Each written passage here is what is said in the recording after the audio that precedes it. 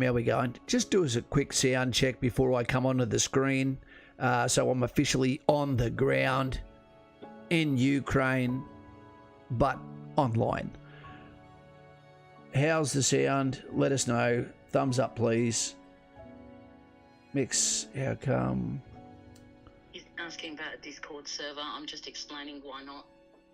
Yeah, I'll never let a Discord server on here. No, look, the chat here gets unruly enough. We just spend our entire time policing it, and who wants to do that? I don't want to. How's the sound, team? Let us know if you can hear it. Can you? It's good? Oh, it is? Okay. Yours says it's good. Yeah, Yaros gives us thumbs up, Simon Powell thumbs up. It must be good. Okay, team, as you can see, I'm on the ground here in Ukraine. Not in person. Right, we've got a background. We've got an interactive background coming up. We've got a Putin alarm if he turns up. Looks something like this. Okay, enjoy the rat. And guys and gals, tonight, why would we do a video like this? It's because you deserve it. You deserve a little bit less interference, a little bit of mainstream media, less of it, so that you can actually think to yourself, do I need to be worried?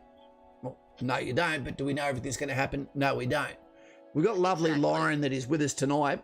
And let's worry a little bit more at home for the first minute before we go on with what we're going to be discussing tonight. And that is that I believe that Russia is now caught or about to get caught into the phase 3 of war, which they may not be able to get out of. There's no off-ramp for. So will you get into explaining to me what the phase 3 of war is? Yes. When we've talked about home? Okay. Yep, I'll talk about all of that after. At the moment, but we've got Katie Davis that was on Channel 9 today at Lismore, stuck on a roof with the children in the floodwaters, expecting at least another 200 mils to fall. So all the people stuck in the floods in Australia, guys and gals, my heart goes out to you and to your families, and affects us all. At the moment, how does it affect Kaz? One of my best mates, has got a child with special needs.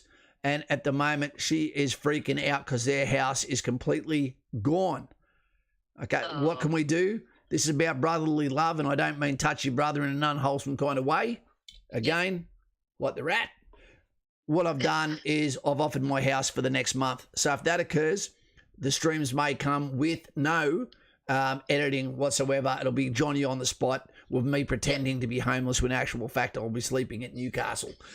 So hopefully his pride doesn't get in the way. He moves in here and has my house and cleans it. Next, we've got Fugly and Gina from Western Australia. They're pregnant again. I know, really? It's only been a couple of weeks since the last one. They're building up for the Ukraine defence. Young Harley is like well over a year old now. He'd be on his way to 2. Okay, time ticks quickly. We'll be straight to it, team. G'day, Simon Powell. G'day, everyone there. We've got some new fly-ins as well. Red Dragon. I'm a blue dragon kind of guy, but you're welcome. I got Rochi is new. Who's that? Rochi. Rochi. Is new. Yep. And there's Data Hater.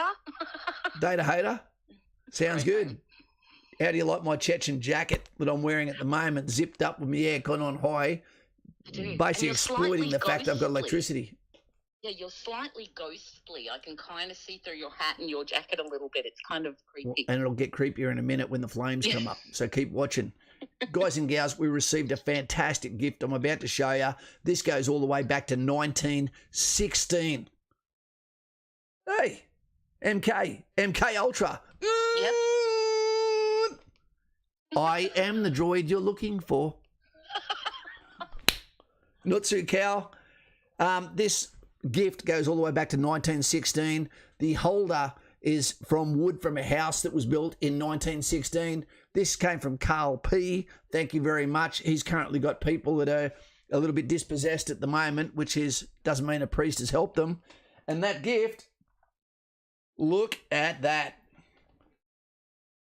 All built and made by Carl P. Fantastic. Aww. The bayonet was a symbol of the tenacity of the World War I, World War II digger that goes on to, the 303 Mark III. That's also on the Skippy badge that you'll earn. This thing, amazing. like a samurai sword, unlike a samurai sword, Couldn't cut yourself, couldn't get through this beard. But you know what? This is me pointing from now on. Love it, live it. Carl P, I owe you because Indian gifts always are returned. Brilliant. I think I got Michelle. Good. I can't act surprised. I actually knew about this one before. That's fantastic.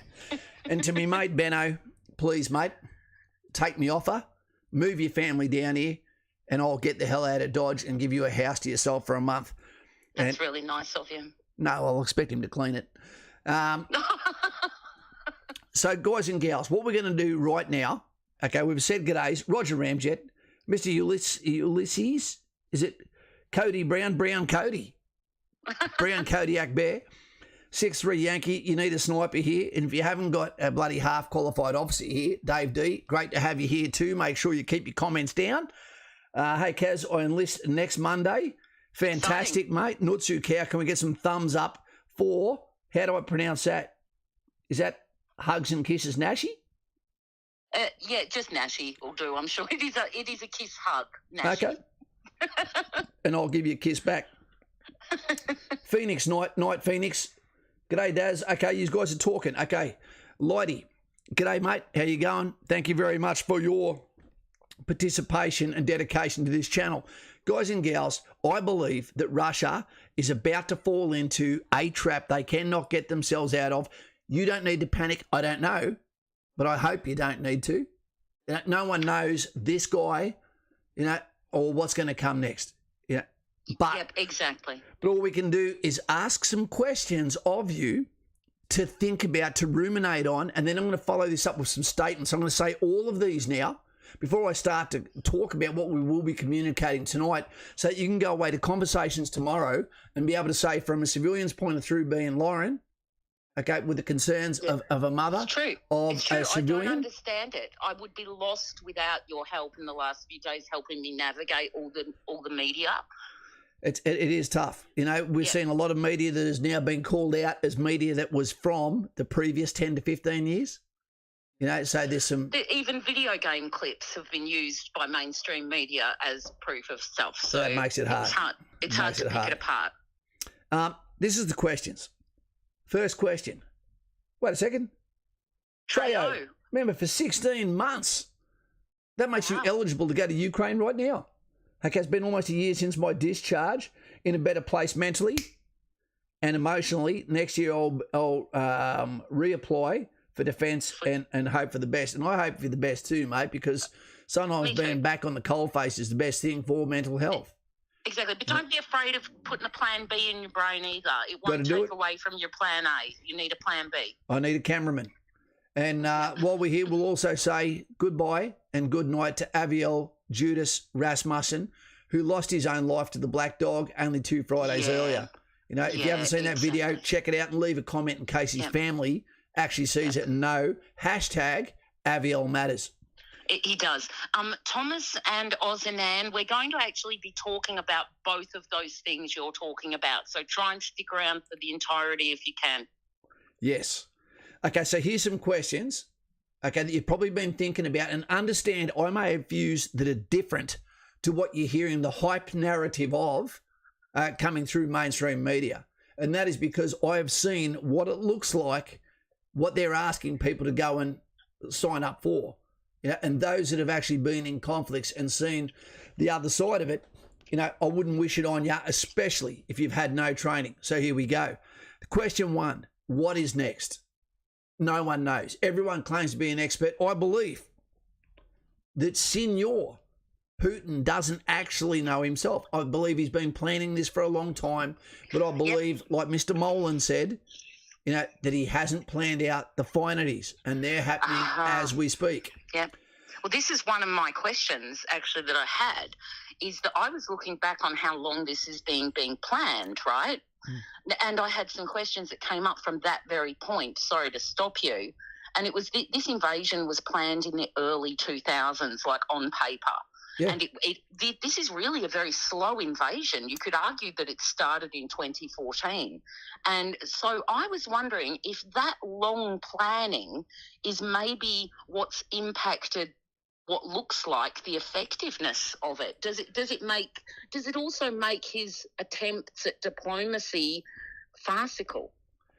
Well, it is a little bit weird because at the end of the day, this should be going a lot smoother than what it's going.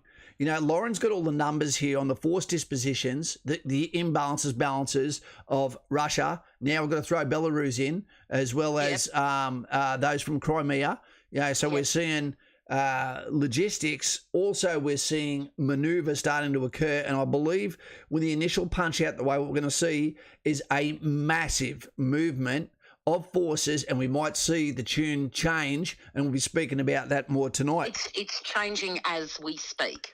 That's it. Yep. This is the faces, I believe, of the Ukraine that we're seeing at the moment. We're seeing the Russian soldier. We're seeing the shaman or whatever it is that's laying the hex and the sunflower seeds, which makes a soldier feel sick in the stomach. If I got hexed. Demoralising, isn't it? Is that the word, demoralising? And that's actually very powerful, isn't it? You don't want voodoo shit. No. You know, but one thing you need to remember too is these Russian soldiers don't get on the bandwagon. They are an extension of Russians who also don't want to be where they're going, believe me. And more than the count at the moment is up to 4,300. You know, Russians at this stage have been confirmed dead, and that is in less than 6 days. And that is very, very sad. Yeah, and we should have some sympathy for them too. And maybe you can explain from the soldiers' point of view, like you were to me today, about how there really is no choice. They have to do what they're told. 4x4 driver, g'day mate, how you going? Has just also explained what I saw, the armoured vehicle, not necessarily a tank, that ran over the Ukrainian vehicle was actually a Ukrainian vehicle. The Russian vehicles will have the white Z, and that is tape that glows at night time for recognition as well. Yeah, or a V or an O, depending on what they're doing. Yeah, exactly. But we talked about that, didn't we? That was helpful, the info you gave me on that. Yeah, and we were at loggerheads over that one initially. Well, for a second, because when I looked, because, you know, I always fact check everything, whether it comes from you or anyone else. That's why I trust you so much, because you never steer me wrong. But I still fact check. Yep. And when I did, you were like the only voice saying that until I found one who gave a good explanation, then you filled in the rest. Well, it made sense. And it put grey in my beard right here. And, you know, guys, when you've worked with Armoured Corps, you know, it is not unusual because they don't have a steering wheel like you'd expect. They have two sticks, and it's left stick, okay, and right stick. You pull back on left, pull forward on right, and tracked vehicles will then spin to the left. Vice versa, like so, or all the way around, or push them forward to go on a battle run. So it's not as easy as you'd imagine. And when they hit a cold, wet road, that can happen. So what's next? We don't know. There is experts everywhere. But believe me, it could go all the way. One thing, I don't think this is going to happen, but I don't think it's going to last as long as people think. The next question, how long can Ukraine hold out? Because no one's coming. Question. No one's coming. They've told them, here's the weapons, here's the equipment, we're supporting you that way, but if you're going to do the fighting, you said you're going to, okay, let's see you do it. A lot of people are having trouble understanding why NATO isn't rushing in. NATO is not part. NATO's pact is that they need to fight, okay, for anyone that is in the NATO agreement. Ukraine is not part of the NATO agreement. The reason this is happening is because NATO did not say that we would not consider Ukraine to be a NATO nation, because Russia sees Ukraine as a NATO sovereign as Russian sovereign soil. So what was happening was they were going, if they go NATO, that means they're taking land off us, which means they're encroaching to the east, which means our chance of getting our historical lands back is not going to occur. So that's basically what happened. And the reason why NATO had interest there and maybe not be assisting is also because almost all of the fossil fuels that is being used by Western Europe comes from Russia. Okay, yeah, but I've actually looked into that too, and that's exactly right. But it also would be a really dumb move, right? If Americans or us or English or NATO or someone like that actually sent soldiers in, it would escalate instead of de-escalate the Absolutely. situation. And we are going to get to that in a minute with something I believe is a potential alternate. Okay, take into account, I don't believe there's an off-ramp here for Russia that has this gentleman still alive. Perhaps we should just say there's no off-ramp for Putin. That's what I just said. I put the rat up there. Yeah. Okay, so how long can Ukraine hold out? Okay, how long will individual courage last when faced with the face of catastrophic potential? Exactly. Next question. Should NATO, achieve complete air superiority and dominance over Ukrainian airspace by invite of the Ukrainian president? Right. So you could go in there and say, okay, I want you to dominate that airspace, which means now no supplies by air, no troops by air, okay, no fighter jets targeting Ukrainian armoured vehicles, okay, or troops on the ground or targets. When you don't have air superiority, it makes your life pretty bloody hard for C3, which is command, control and communications. And again, we'll get into that. Exactly right. Roger Ramjet's right. That I agree. I think we do need to give some props to President Zelensky because that was a smart move. Those photos of him in the gear on the ground, that's smart. He is the fly in the ointment. What did he say? He doesn't need a ride. He needs ammunition. Yep. He did the opposite of what the head of Afghanistan did, which gave permission for everyone to get the hell out of Dodge. Instead, he stayed. Yep, exactly. I agree. And somebody said that they're not, they're thinking that Putin perhaps or Russia will not use nukes. And I think that they have to remember we're not talking big blow up a country nukes. Worst case scenario really we're talking about is like Russia using low yield tactical nuclear weapons or a thermobaric vacuum bomb or something like that. You sounded amazing then. They can use them where there's no actual depleted uranium. They can do that. I did, which is people have been saying, why is Chernobyl's radiation spiking? Well, there's a really simple reason for that. They've had a lot of heavy vehicle traffic that isn't normally there. Yes, it's snowy and slushy at the moment being winter there, but it's still going to kick up the dust and the dirt, which is going to lead to the levels of radiation spiking. Yep. We've just got what would you call this one? Is that a Hindu? Is that a Hare Krishna donation? It could be a Krishna cow. From Tuan Tran. And I'd like to say, Nutsu cow, and let's put another rat on the Barbie. Yeah, exactly. Thank you very much for that. Donations actually allow me to help other people. It's all going to go towards the van as well, whichever's left, and potentially me living voluntarily homeless over the next month or so. Yeah, that's okay because you actually will have a home to go back to. These poor folk are going to have to deal with the logistics of the cleanup too. Oh, I don't envy them. Yeah, well, this guy doesn't realise, and I hope he's not watching tonight, but he's got a whole group of veterans that have now been gathered, and as soon as the water goes down, we're all going to his house to fix it for his daughter and for his wife. Yeah, beautiful. Yep. That's the least we can do. It's the least. Okay, so let's kick over to the statements before we get to what is the 4 phases of war and what are some of the points that we're going to be speaking to that are real mitigations or risks to plan for everything. Okay, this one might go against what some of you think. Let's put a thumbs up for yes, do it, and a thumbs down for no, don't. I'm saying, from my point of view, do not. Think before you take up a weapon if you're Ukrainian. Think long and hard about it. The reason is you have no Kazakhstan. You have no medical support. You have no military support. There is no one once you declare yourself a combatant in an asymmetric battle zone, there's no one coming to help. Yep. Once you take it up, you'll be seen as a combatant. You can be lawfully, quite rightly, under all the laws of armed conflict, despite the fact that this is an illegitimate contest, you can be targeted as a combatant. Okay, and I would actually engage you too if I was a soldier and you wanted to fight me as a professional soldier.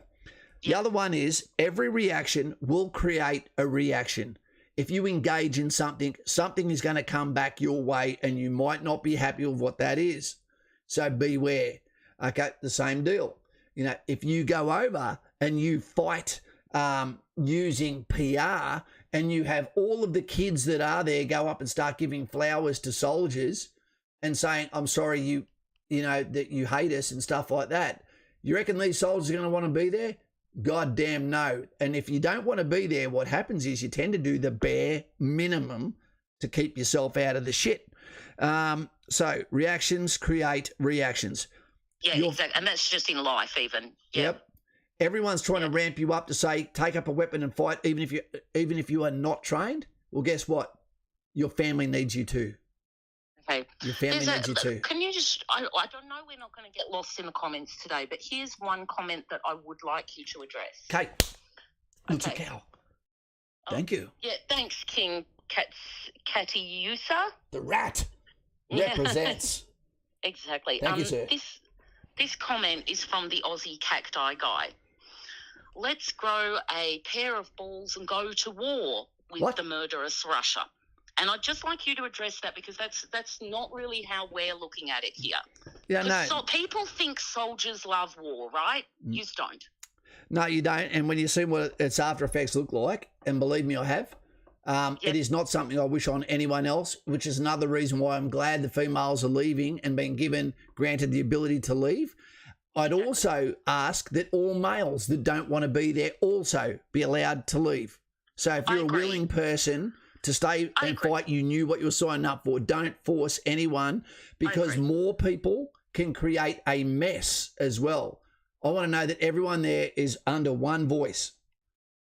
You know, so it's not about balls, you know, and I tell you what, this is a very, very scary time. And if it does go on for longer and we see the main push, you know, reach these cities, it's not going to be pretty. And some of those that are holding weapons may change their mind too, and they may not be allowed to. Okay, so your family need you too. You will get, it's going to get a lot worse on the ground than what it is now. It will get a lot worse, believe me. And the last one is welcome to asymmetric warfare and what it looks like, which means you're not seeing the an army that is meeting a front line or defending with conventional tactics, weapon systems, all bats units, leadership, communications, tactics, etc. What you're seeing is what you would probably refer to as hit and run guerrilla tactics, where it's asymmetric. Sometimes you're there in force, sometimes there's a few, sometimes there's a shot in the night, but it is the bloodiest way to fight. And you're talking about a country with 41 million people, less a few that have got out of Dodge, that are against a formation of soldiers which is under 150,000, including support troops. So they're in over their head, to be honest. This Aussie cacti guy is very, very gung-ho today, okay? He's saying, I'm ready to defend them from a tyrant. Where is the rest of my fellow troops from the ADF? Could you just explain again what we were talking about why people shouldn't just jump on and go over there? There's a couple of reasons. One of those reasons is, one, it wouldn't make any difference. The other one is, unless you speak Russian or Ukrainian, you may be looked at with suspicion by both sides and become a victim. The other one is, no one likes a mercenary. An example of that is when soldiers at the Battle of Goose Green, which happened in Argentina at the Falklands, when the unit actually took over the position and found mercenaries on that position, even though they took Argentinians after losing their commanding officer in that assault, righto, that they won. Basically what occurred was they found the mercenaries that were fighting from other countries and they killed them on the spot. Yeah, exactly. There's a lot of things that can go wrong. You may actually do more harm than good if you go there. And the capability won't be a capability improvement.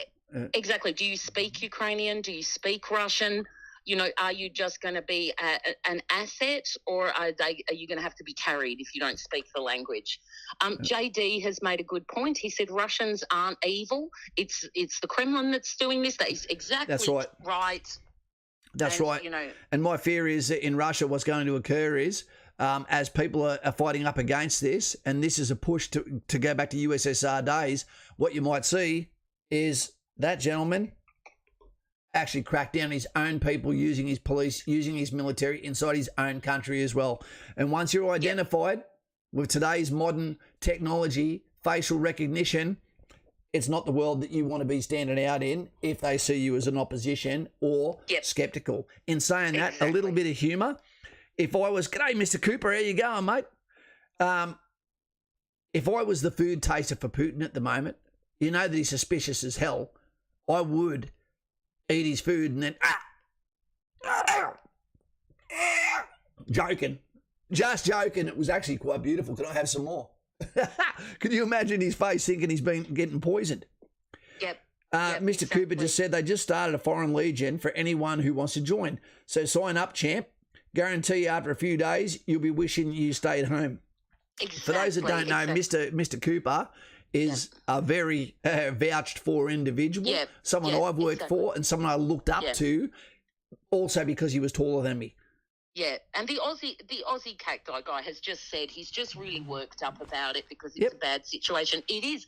We get it. We feel the same.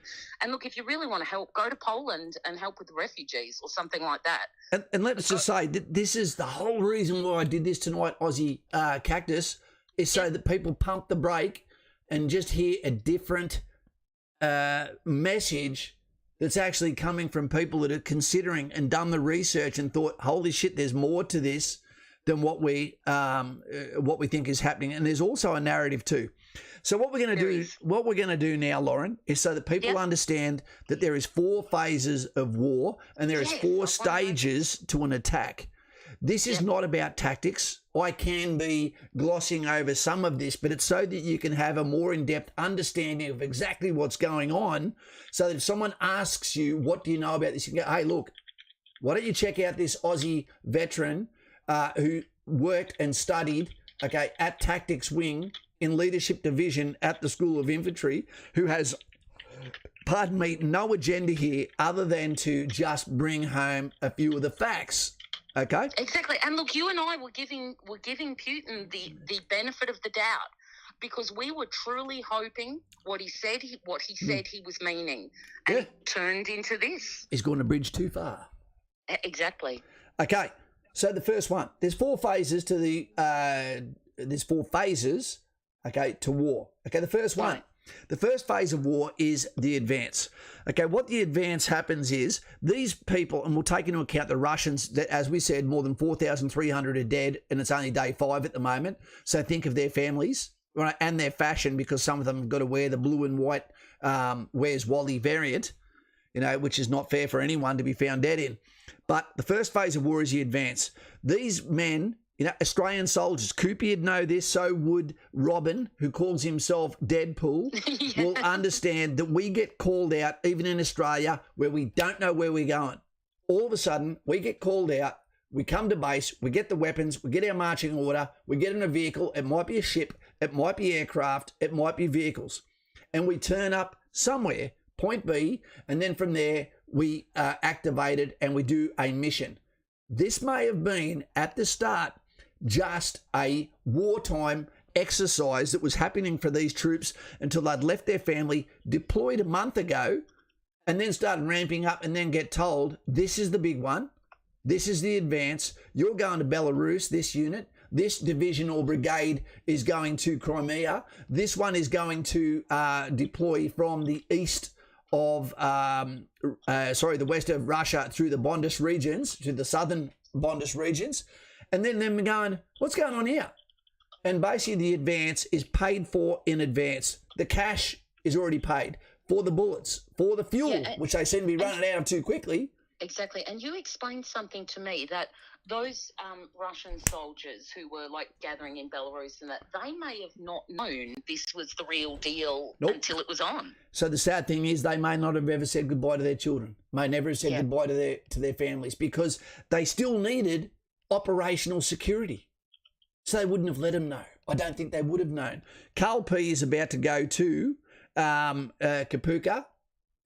Is it this Thursday? Off to Kapuka on Thursday. Carl P is the gentleman. Can we get some thumbs up? That gave us, that's how we salute his officers, which I'm not, to the bayonet. That there, team, is a blood groove, so when you pull it out, it comes out smooth.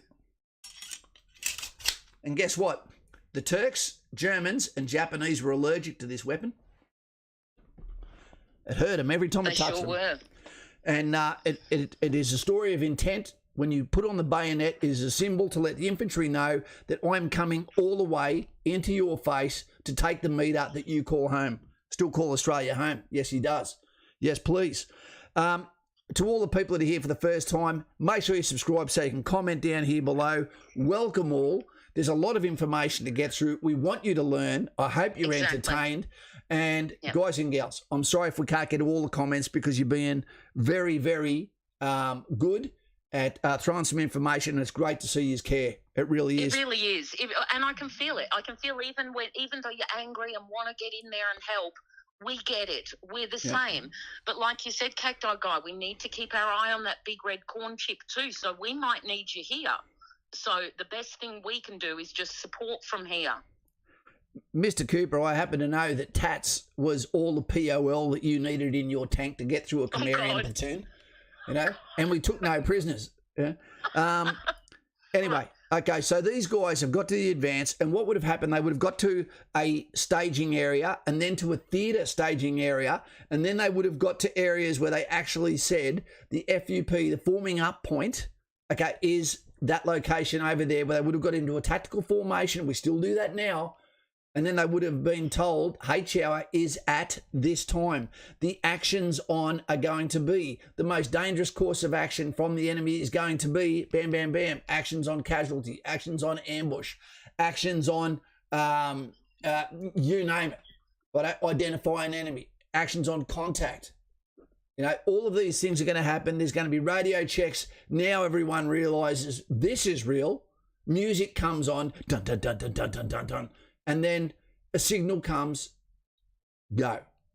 And what's going to happen as you're going to step over the line of departure, we've now entered the second phase of war, which is called, bam, the attack. While you're going to step over that, there may be pre-H, because it's known as H hour. Okay, you can call it Z if you want, but it's called H hour. And what can happen as soon as you say H hour, you might have jets fly over your head. You might hear the missile systems. Until then. All of this is happening. You might get told as you speak, before HL, what occurred was the Spetsnaz have just seized, okay, the northern airfield and the southern airfield of Ukraine itself. You know, this is what's occurring. And the signals, everything is starting to pop up. Contact, grid, blah, blah, blah. Kazavek request at blah, blah, blah. Intel. You know, all of this is happening at once. MK Ultra, again. Yeah, thank you. I believe in the Russian spirit. MK Ultra, for those that don't know, have a look at it. Just waiting for my medical to be finalised. Then I'll be off to Kapuka on the 21st, according to my coordinator. Exciting. Not too Cal. The puppet master will have you there. Exactly. So the attack. What they're... Sorry? Sorry. Can you just send out a shout-out to Tuan Tran's son, who is currently at Kapuka right now? What's Tuan Tran? What's your son's name again? Oh, okay, well, let's not ask for that. Let's not ask for it. It's Tuan's son. Yeah. Let's call him Hawaii 11. Hawaii 11! Yep, exactly. You know, for those who've been to Kapuka, you'll know what we mean. Sorry for interrupting. That's okay. So the attack, everyone is going to have their own report lines as you get to it to let them know, okay, across report line cactus, you know, across report line eucalyptus, to let them know where you're going, you know, across your progression reports, and that'll go straight back to C3 command, control and communications, back to whoever's coordinating your movements on a map. From there, you're all going to have objectives. You might be in the forward line of troops, you might be in the depth, you might be supporting, you might be refueling, you might be doing any one of these tasks, but every single one of these groups knows exactly where they're going, exactly what they're going to run into, and what is going to deem the end of the attack for objective one. And there might be multiple objectives.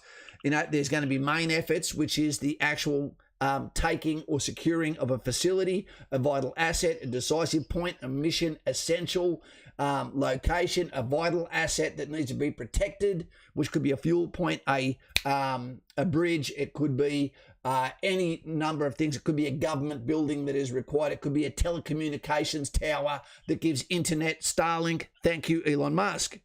Starlink, exactly. Well, I was hoping later on we could talk a little bit about fifth generation warfare. I've got some questions for you. It's going to be scary stuff, because we're going to see now things that we do not know exist starting to come out to show the progression.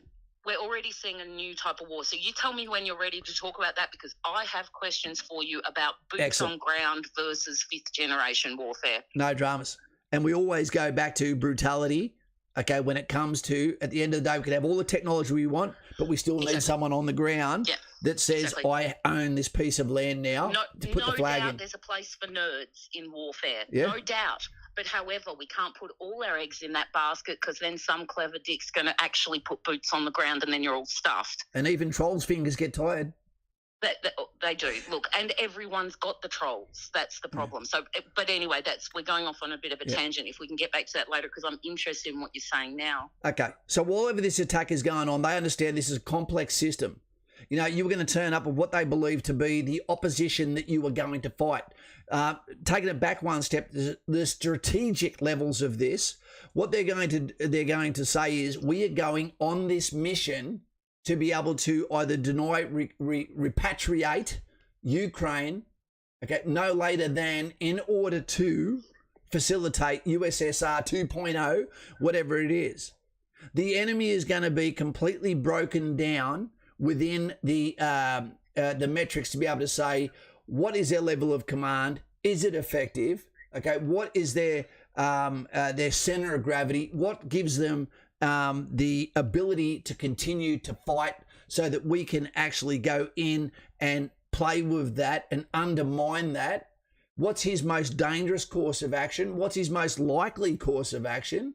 You know, what's the threats to my plan? How can I mitigate that by my commander? I need helicopter support. I need some indirect support. Okay, I need some additional firepower off to my flank to be able to do that. I need sniper support. I need someone who is a commanding officer's asset, a brigade commander's asset. So I bid for that through a back brief, a formal back brief that happens through commanders at the planning stages. So it's not just go there, run over, you know, our soldiers fight their soldiers. It is very intricate. We've got... Welcome, horse boy. Horse boy. That's what the girls call me. Not Sue Cow. Not so much. That'd be fake news, maybe. Thank you very much for becoming a member. Won't be long before you have rank. 1 month from now. Next month after that, more rank, until you're eventually the lofty levels of warrant officer. And I can't wait for that. Thank you very much for your support. And if we can get some thumbs up there, everyone needs a horse in the stable. 100 years ago, we only travelled at the speed of a horse. It's true. It's true. Okay, so is that's basically covers those phases of war? The attack, no. The attack is finished when we have got to the limit of exploitation. We've got in there and we have completed our portion of the mission. That is when the entire country, or all the tactical points, have been successfully taken, have been reorganized, have been strengthened, and then the word will come through, okay, that we are now moving into the third phase of war. At the moment, there'll be casualties, there'll be ammunition resupplies, there'll be fuel resupplies, there'll be POWs, there'll be letters getting written and signed and given to parents. All of this can happen in a stretched out time, okay, like Afghanistan, or it can be concertinaed all the way in, like Iraq. Okay, like Can I just cut in for a second? Yeah.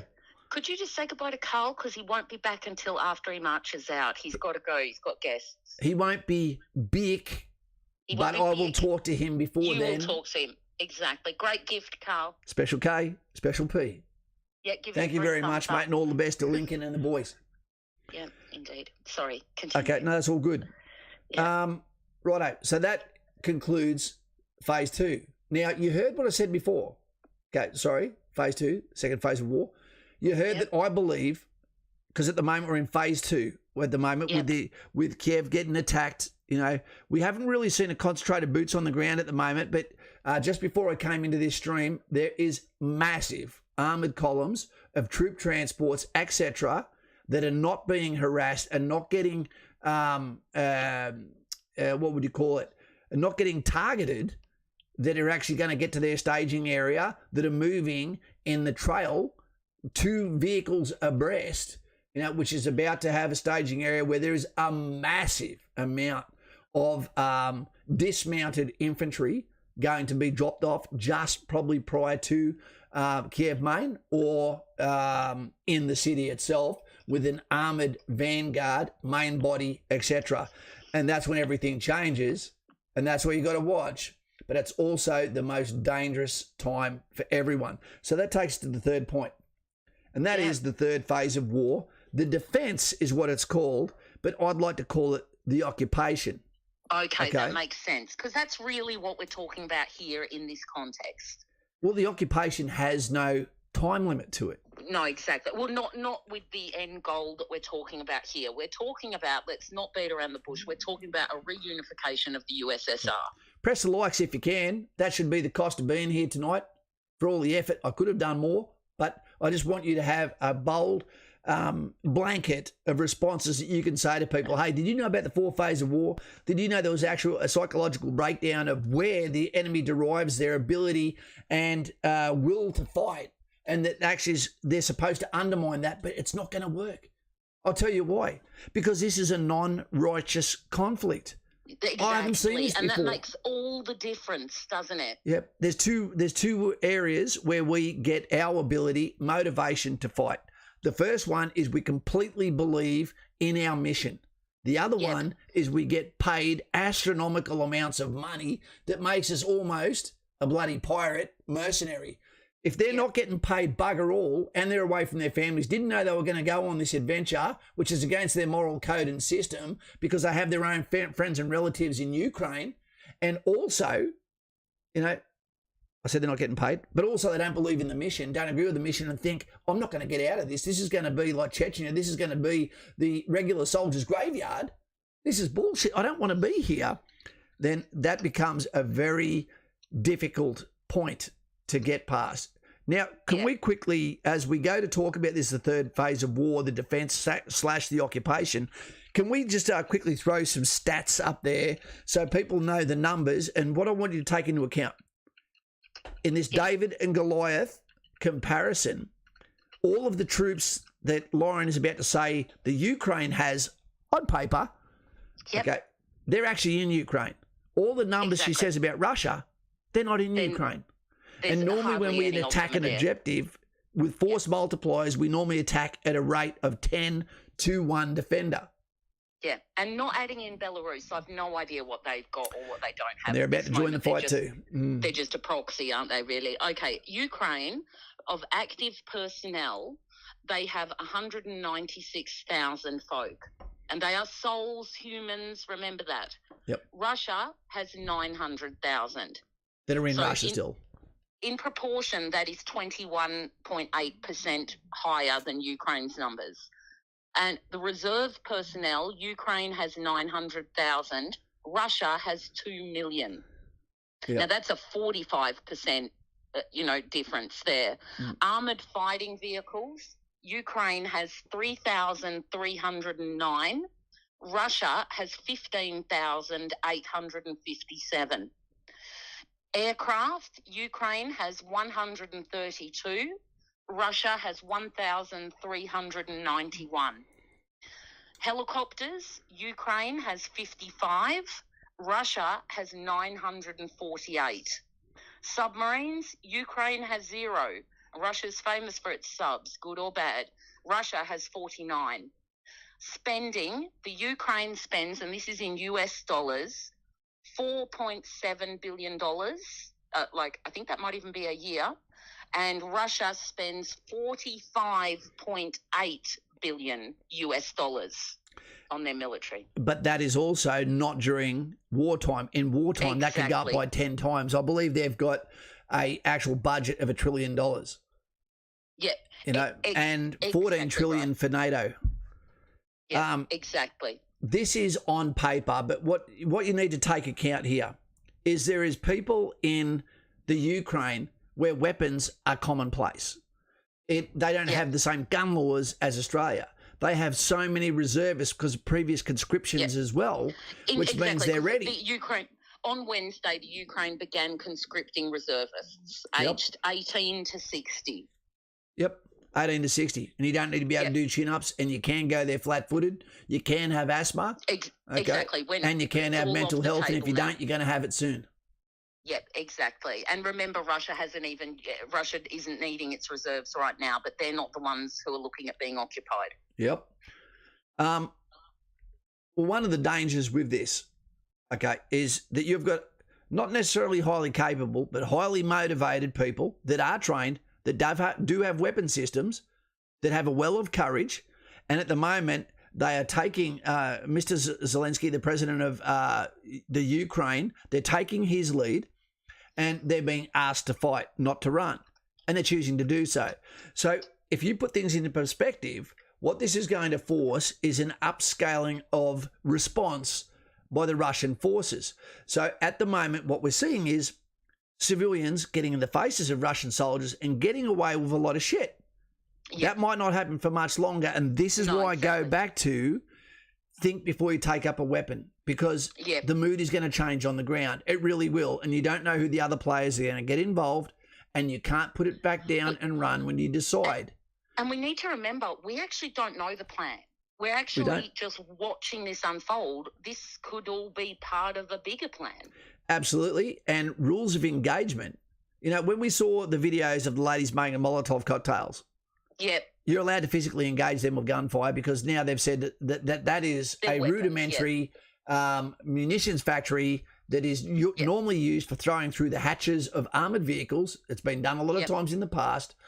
And now they can be targeted. If you were in a building where someone that doesn't have the discipline in asymmetric warfare that decides that they are going to engage, a Russian forces as he comes around the corner, not realising there's another 1,000 behind him, then they might give the order that everyone inside one of these buildings or that building is to be levelled.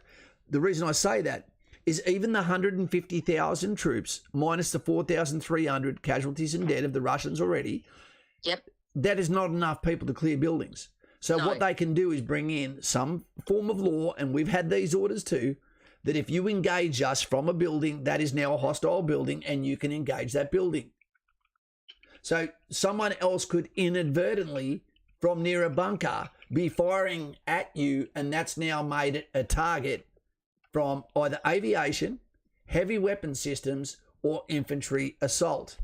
You know, guys and gals, one person can start a reaction that they cannot stop once it starts. And at the end of the day, we do not know how long this goes for. I do want people to hear this and understand that not only does your family need you, but we might be a week off a solution. And imagine if you went and you gave your life only for this to be over 7 days later. And I don't want, there's like Cacti guys saying, you know, he's finding it hard to stand by. I understand, but I don't want anyone to think that nothing's being done. These, like the shutting down of airspace, the bank thing is crippling them. There's Russians racing to the bank to swap their rubles for dollars as we speak. The banks are offering that because the ruble has dropped, like it started at $171 and then per dollar, and then dropped down to like it was 83 or something in a matter of an hour. It's really crashing. So I don't want you to think that means nothing. That actually means a lot. That makes them suffer a lot, because if that's a 50% devaluation of the ruble in one day. Now, this is when the EU like banned all transactions with the Russian central bank. I don't want people to think that doesn't do anything. It does. Even the closing of the airspace does. Even the DDoS attacks that Anonymous are doing, it does do something. It's compounding, you know. Can you just throw the Patreon up there so Patty can have a phone call? For those that don't know, this is the Bat phone. Okay, if you want coaching for your military enlistment, when you feel like you are surrounded by those that don't either see the potential in you, skater boy, be the man this boy can be. If you need that one-on-one coaching for the cost of a coffee a month, get onto the link that's about to go up, jump on the Patreon, send a text to me, and then from there you're in the bat phone, we have a conversation, and from there you should be laughing. Welcome, Patty. Yeah, welcome, Patty, and welcome to Kerry too. She's a Canadian. She's got some questions about the big red corn chip, but I've got some questions about that too that I thought we might leave for the wind-up. So we will get to that. We will. There's a lot to cover here. We may even have to do more than one because you guys have really, really got some good questions good comments. And Kerry, just to make it quick for you, mate, I believe at the moment the big red corn chip is watching and now going, whoa. So too. I didn't expect this to happen this quickly. And I believe they're looking at Taiwan. Taiwan's looking at the red corn chip like... Yep. But we're not taking our eyes off that big red corn chip. And that's another reason why not to rush over somewhere so far from home. That's right. You don't want to send your A-team somewhere and then need them back. Exactly. And like we said, we don't know if this is part of a bigger plan. Yep. This might be a look over here and then boom over there. So we have to remember we don't know the plan. We can only act on what happens when we see it. That's it. So we've got the first phase being the advance, second phase being the attack. Adrenaline is pumping that entire time. You feel like your ass is not touching the ground. You are either in a vehicle or you are marching, preferably by night, so that you can combat the enemy's night vision fighting capabilities while also taking into account the laziness of untrained, undisciplined people you might be up against. Also taking into account civilians are likely to be asleep unless they're smoking on a balcony from their Yugoslavian-length durries. But when it gets to the defence... what happens is when you are finally told, stay here, this is where your forward operating base is going to be, this is where you'll be having a safe house. When you set that up and you're given a room that keeps you as warm as possible, where your pack comes off your back and you sit down, what happens is you start to think of home. All of a sudden, you wanted to be there, but then you feel the fatigue, the weariness that comes in, and you realise that you don't have internet. Sorry? Probably the uncertainty too, because, like there was some Russian prisoners of war who have said they actually did think this was a training. They always knew it could become real, but they literally thought it was a training exercise because there's been so many false alarms in this region, and then boom. They are going to feel like when they stop, and remember, they haven't finished phase 2 yet. When they get to phase 3, where I believe they're trapped because Putin doesn't have an off-ramp to get out of here, and this may not be the main effort. This might be the start of another couple of countries toppling now that he's realising the response is not what they thought it was, as long as he doesn't touch NATO.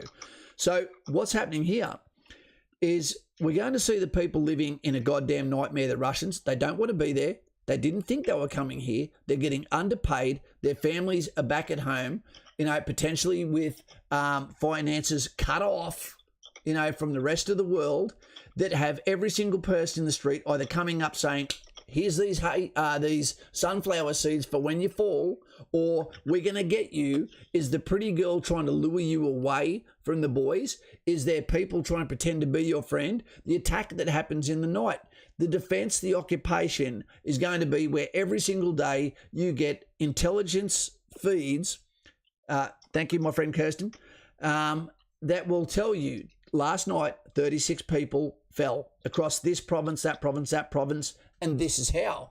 And more often than not, it's going to be subterfuge, sabotage, and also what you'd almost call murder. In the asymmetric warfare. So you'll never know who's friend, who's foe, and all of a sudden your mood starts to change. When morale goes, you almost can't get it back at all.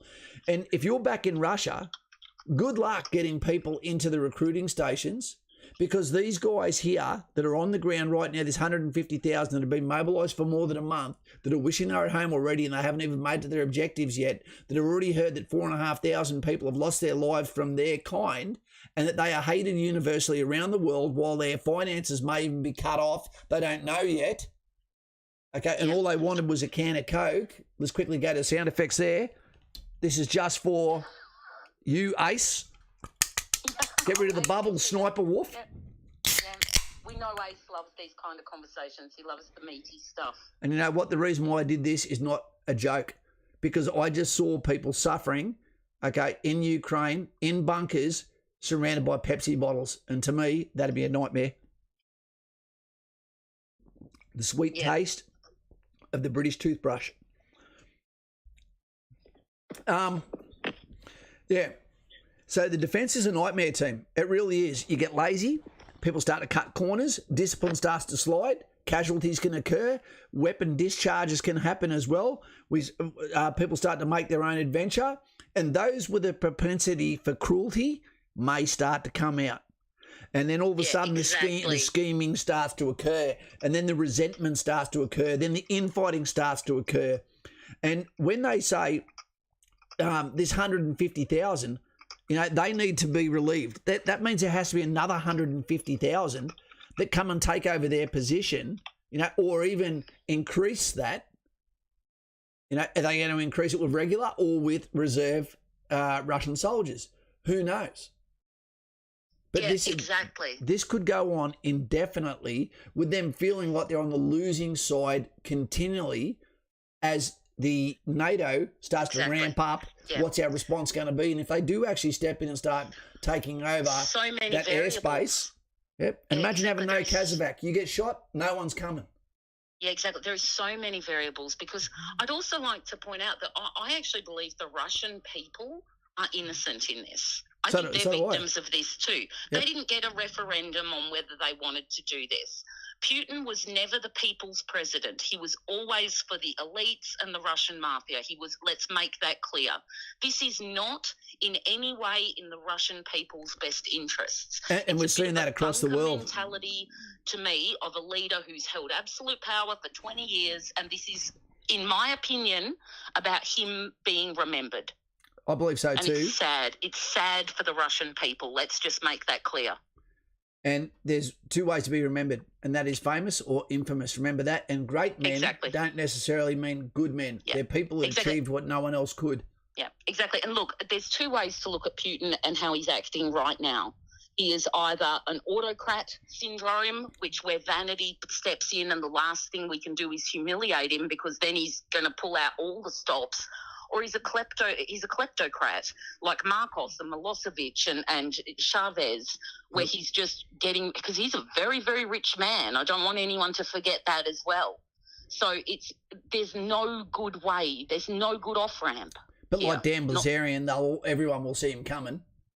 Yeah, exactly. But there is the Russian people are just as caught up in this as anyone else. And you know what? That takes us on to the fourth phase of war. And what you might be about to see sooner than later, bam, is the withdrawal. Now, we know that Australia, just using Gallipoli as an example, when they did their advance and went to Egypt and done their infantry training, righto, and then they did the attack at Gallipoli, they were there for 8 months, within a kilometre of where they'd landed, for 8 months, eating flies, pretending to enjoy cricket, even if that wasn't your thing. The guys would pigeon chest still with their shirts off. Horrible. But then after that, the defence that went on for 8 months, then it became the fourth phase of war, which was their withdrawal. They thought they were going home to Australia. No, you were going back to one of the other fronts. But that was what happened there, and they did one of the world's famous withdrawals. I believe one guy lost his life. That was it. Miraculous from the time they got them all off the peninsula. Yeah. But the withdrawal could happen sooner or later. Now, the only two ways I think that's going to happen is if Putin is taken out by himself or he's taken out by his own people. And that's both are possibilities. But because today we had the guy who's in charge of all the paratroopers in Russia making it clear to the world he does not agree with the orders, whatever they are, that he's just been given. He just wanted that on record. Yep, I've got that, the paratrooper. He, very, very dangerous for him to say that. But I think whatever it is, this is why this is no longer a NATO versus Russia problem. This is now a Putin problem. It's a world problem too. I understand the problems with NATO. I get it. I do get it. But this is now a Putin thing. This is an ego thing. Okay. That's true. Well, this leads us on to some other points before we go to the chat and actually give you the respect that you have given us for tonight. Yeah. So let's talk about some of the other points. Remember asymmetric warfare, which means not two armies that meet in two front lines. Yep. It means that you don't know who you're fighting, when you're fighting them, and they are going to use every bit of rat cunning. And as soon as you touch a weapon, you become a combatant, which means that you can be engaged regardless of your age. Yeah, exactly. And and I wanted to, if it's okay with you, can we talk about that 5th generation warfare now? Do it now if you can. Okay, because and also I'd like to just say how some of the things that the actual civilians are doing I don't know, can we even call them civilians now, those folk in Russia, in Ukraine with the Molotov, what do we call them? What's that? The people who used to be civilians, but now they have Molotov cocktails in Call their them a hands. combatant. Right. You know, well, you Ukrainians. Could, yep. Let's call them the Ukrainians. I'm liking some of the little things they're doing, which is, like you said, this David and Goliath thing. The way they're taking down their street signs. It's the way smart. they're very smart, clever, like pixies. And when the Russians are painting those symbols on the ground, the Ukrainians are starting to paint them everywhere on the ground to confuse them. So they're the little things. I also think with this 5th generation warfare, now if someone doesn't know what we're talking about here, we're talking about nerds in warfare. We're talking about cyber warfare here. And it's really playing a big part. And I think we're seeing it play a big part for the first time in a war properly. And, we've got Anonymous has breached and leaked the database of Russia's Ministry of Defense today. The database contained their phone numbers, emails, even their passwords. They also took down Russia's most prominent websites that are used for Kremlin propaganda. They're doing DDoS, which is distributed denial of service attacks. So they're crippling attacks on Kremlin infrastructure. We have to remember that the internet is infrastructure. Yep. Okay, so it's really important. Even Pornhub today blocked Russian users and greeted them with the Ukrainian flag. That's bullshit. No, it's true. That's what happened. So it's like, I'm going to check it out. How long before those Russians are going to say, "Give us our porn back"? They're just people like us. You got to leave it with porn. That's how you become docile. But this is cyber warfare. So, but let's remember, Russia is not helpless on the cyber front either. They've gained the personal details of Ukrainian soldiers and have been emailing them Tokyo Rose style. So, and like we said, Starlink has been activated and is aiding Ukraine. A lot of people have said, well, what's Elon Musk going to do when that Russia aims a missile at their satellites? They're not going to bother. His satellites are so cheap and tiny, it would be a waste of time. However, Putin did threaten to drop the ISS on whoever disagrees with him. That's how we know he might be on the edge. And his own people have said, please do not underestimate him or poke him, because if you do, to him, his life is fine. He doesn't mind, going down in the history books. But here's some things that we need to know about and understand that Elon Musk is also using the Starlink to give open satellite internet to those that are on the ground, that give them ability to, second point there, command, control and communications. Because now you're going to get, as you said over there, freedom fighters, guerrilla fighting, and militia. They're not going to use radios. What they're going to use is Snapchat. What they're going to use is Telegram. What they're going to use is Facebook. And there'll be so much of it that they can't even keep up with it. Because one of the things that Julius Caesar used to do was completely overwhelm his opposition with tactical dilemmas, so you don't know which one's real. You don't know which one's fake. And then before you know it, you end up choosing freeze while you try to decipher instead of choosing action. He will take you off your plan. And you can do this with fake news, with anonymous, with all of these different things. But legitimacy and hearts and minds. Yeah, exactly. Jonathan Davis has a really good point. He said there's also a whole meme war, and I don't want people to think that's just all fun and nothing. It means something because it's about hearts and minds, okay? And there is tons of Russians in every chat about it spamming and the Westerners clapping back. He said the Snake Island 13 will never be forgotten. That's exactly right. That's how folk legends are born. This is an urban legend origin story when you've got the 13 Ukrainian defenders were killed after telling the Russian Navy to go F themselves. Yeah. And the sunflower seeds woman, exactly. That's how legends are born. It's demoralising to the troops. And both sides are doing it. If you're an Aussie soldier, you're getting an email in the morning from Russia telling you what a dog you are. It works both ways. And there's a reason when we go overseas, quite often you'll have no ability to get online at all. So same reason when we go on operations, and it's when we get into the third phase of war, we do the occupation, the defence, and there's technology. One of the worst things that can happen is your soldiers that have partners, some promiscuous, some not, some perfect. What can happen is if a mixed message comes from home, the home front can be worse for your call sign than what the enemy can. And I'm sure that Coops can tell you that, along with a bunch of others. It's devastating when someone finds out that all their money has been spent, when someone finds out their partner has rumours about her, when they find out that they left bills behind, and now there's a court case. There's so many things. Parents that are sick, dog dead. So we normally allow you 1 5-minute phone call a week. Yep, exactly, exactly. Do you know that? Exactly. I know from. Oh, you know. I remember expecting at any time 5 minutes, and it doesn't matter what you're doing, you better be ready. That's it. Let's not go there. You go on a fishing trip, you don't want to be checking your bloody, you don't want to be checking your messages. Otherwise, all of a sudden you need to go home. Yeah, exactly. And if you're one of those ladies waiting to hear from your loved one over there, you better be ready to just give them. Don't put the pressure on. They're trying to stay alive. So some sort of comfort. Legitimacy. Okay, does Russia have legitimacy? No, they don't.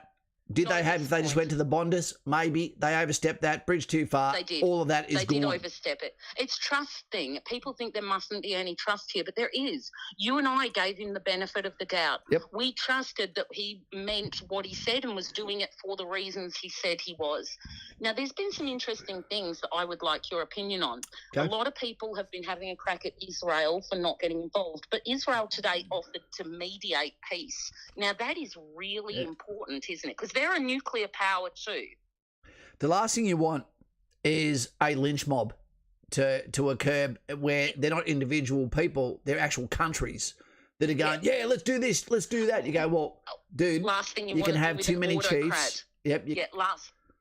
Last thing you want to do with an autocrat, because once they feel humiliated, it's all bets are off. Yeah. When you feel like they say never trust a cornered coward, or never underestimate the actions of a cornered coward. Yeah, exactly. Yeah. So Israel offering to mediate is a big deal, right? That might be just what we need.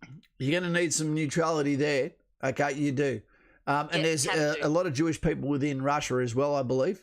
That's true. Also in Poland, right? In the countries either side. So that's true. Exactly. And it's not helpful when we've seen Putin using very aggressive rhetoric, like using terms that are almost akin to final solution and that as well, just on that same note. Like some of his rhetoric lately has been quite shocking, to be honest, to be threatening to drop the space station, to be threatening nuclear holocaust for the whole world is way beyond anything. It's interesting to me that Belarus today, this happened this afternoon, gave up its non-nuclear status. That's right. Now, I'm not quite sure what that means. Can you explain that to me? That means I believe that they've been given permission to actually stage those weapons of mass effect so that they can actually shorten the length of time between point A to point B, but also to create some dispersion of where these weapon systems are so they can't be targeted and destroyed if they go off simultaneously to hit their targets. So it's preparatory staging positioning, or it could even be a saber rattling. This could also be a form of message that is designed to cause fear, to make 14 countries of NATO say, let's not mess with them. But, exactly. And I think I'm actually thinking most of the world's reaction has been very measured. to be honest with you. At this point, Ukraine doesn't have room for measured action. 2 seconds. Benjamin Tyus, Gunnar Kapuka Yep. on the 21st. Can you please change your name if you're going to be online? The reason Yeah, is please you're do. identifying yourself while you're going to be a military member, etc. And they will look at your Facebook, mate. But the answer to your Very question, you probably won't be allowed on the phone. But there's people in the chat will be able to tell you that. I haven't been there for 30 years and mobile phones didn't exist then. Yeah. Okay. Now. Well, the other one, sorry, was Horseboy. Yeah, sorry. Who said that he must have been Signals. He set up internet for the diggers while they were overseas. Horsey, I bet you can tell me, but that there is an absolute, it feels like, yes, we want that, but there is a really negative side to having information linked to you from back home that distracts you from what you need to do tomorrow, especially the more cuckold or simp a soldier is. Yep. He might be attached to the tit. Mama, you know, and you might not be able to get him back in the mode, and all of a sudden malingering starts to happen, psychological slide, and that kid was mentally gone. Yep, exactly right. Yep, for sure. I was, just before we go to the chat, because there's actually heaps of questions and great things. Hey, Wakey was. Wakey. Hey, guys, been a while. Hope you're well. Wakey. I'm glad that Tobruk is on the bottom of the ocean. That's what they say to you. Do you know You that? don't have good memories of that, do you? Oh, I hate it. I hate it. You They and that say ship to you have just history. wakey. All hands, all hands. And you just, jury. Yeah, exactly. So I've been thinking about it today. You know what it was reminding me of, all of this? It is scary. I My little imagine girl's that talking. Wait a sec, 2 seconds. You do that. Hello. Hello. Hello, darling. How you doing? Good. Are you ringing to say good night? Yep. Okay. I'll be seeing you in the morning, and we can play dolls. Okay. Alright. I love you, Love you too. and I'm really proud of you getting the awards as school vice captain for sports. And what was the other one? Thank SRC. you. SLC. Good girl. I love you, darling. Love you too. Bye. Thank you for calling me. Bye. Good night. Good night, Bella. Bye. Bye. Bye. Bye. Team, I tell you what, you change when you've got kids of your own. And I think that all commanders should have to have children so they understand the gravity of what they're causing. Yeah. Yeah. Aaliyah just got an award also for Year 5 school vice captain for sports. Oh, she's so amazing. She's an amazing little girl. She's a credit to you. MK, I've got, mate, even just talking to her, I get tears in my eyes, mate. You know, it turns me into a freak because now I really appreciate, and when I see these videos of these kids and the people saying goodbye, it really rips me. It really does, knowing this is happening while we're sitting in air conditioning, communicating. Complaining about the littlest things, you know, when you think, gosh, these people have nothing to complain about. I was just talking about facing the worst case scenario. Okay. Now, you and I, we're a bit older, right? So we've looked at this before. This isn't our first rodeo when it comes to like nuclear standoffs. Yep. And it is a scary thing that you have to think about, because it's not that one thermobaric vacuum bomb that gets dropped. It's what happens next. Then someone else drops one here. Then we've got Belarus might be given some toys, and that goes over here, and then that goes here, and that sets off over here. And before you know it, we've made a wasteland. Now, it's not usually how Hollywood depicts it. That's not the actual projections for what would happen. Okay, so we've got to remember, get Hollywood out of your brain. But it's probably not that scary for those of us who are a bit older. We've faced this fear before. You know, you remember, go read Raymond Briggs' When the Wind Blows. It's a little graphic novel. It's from the 80s. It'll show you what we grew up thinking about. And I think you'll realise that we learnt to not freak out about it until it actually happened, because it never came to fruition. And let's hope here it'll never come to fruition. Look, the thing that was scary about the one that happened now is more the fact that normally there is a graduation of response that occurs where people talk to each other, and then it ramps up like in the Cold Wars and all that sort of thing. In the Cuban Missile Crisis, it stepped up. Times got closer and closer and closer, and then in the final witching hour, they said, okay, let's not do that. Well, at the moment, you have to take everyone seriously. You can't assume that they're just saber-rattling. So every single nation now that has that capability will now have their equivalent to the football, which means the briefcase that is followed behind the leader that needs to be able to get there within 1 to 2 minutes, that has the codes so they can have pre-designated targets where they press a button and that happens. So be aware that that is happening around the world as we speak. Wakey Vids. Yeah. Get her another doll. Yeah. She's got enough dolls. Not so cow. If I go another year without holding a girl's hand, I'm telling you, I'm going to have to get a doll myself, and you know what I'm talking about. Grief. I don't want to know about it, as long as you don't become one of those weirdos and sit next to you on a stream. I'll take it to dinner. Oh, my God. Right. Right. So legitimacy, hearts and minds. Yep. It Yes, is so please. important that the country that receives us does it with open arms. You're either going in there to get rid of the rat. Where is he? Dance boy. Okay. We're there to get rid of him. Okay. Or we're there to protect them from someone who else is coming. At this stage, Russia doesn't have legitimacy there, which means it's impossible for them to win the hearts and minds. Yes, okay. So when the hearts and minds go to shit, you know, that means you don't want to be there. They don't want you there. Home now doesn't want you there, like Vietnam. Come home.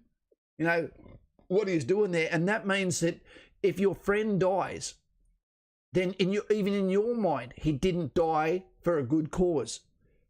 There is no way of paying the ferryman to be able to say, well, his time is done, he did his job, because that's not happening here. They are not supposed to be there, and they know that. You know, command, control, and communications, that's another one. It's very difficult. There is so many troops that are moving with Spartan technologies, old equipment. You know, they're going to have so many moving parts. Exactly. Contacts, incidents, the requirement for fire support. All of this is going to be getting scrambled, overwhelmed. Yeah. You know, are you using telephones? Are you using secure means? Are you getting hacked?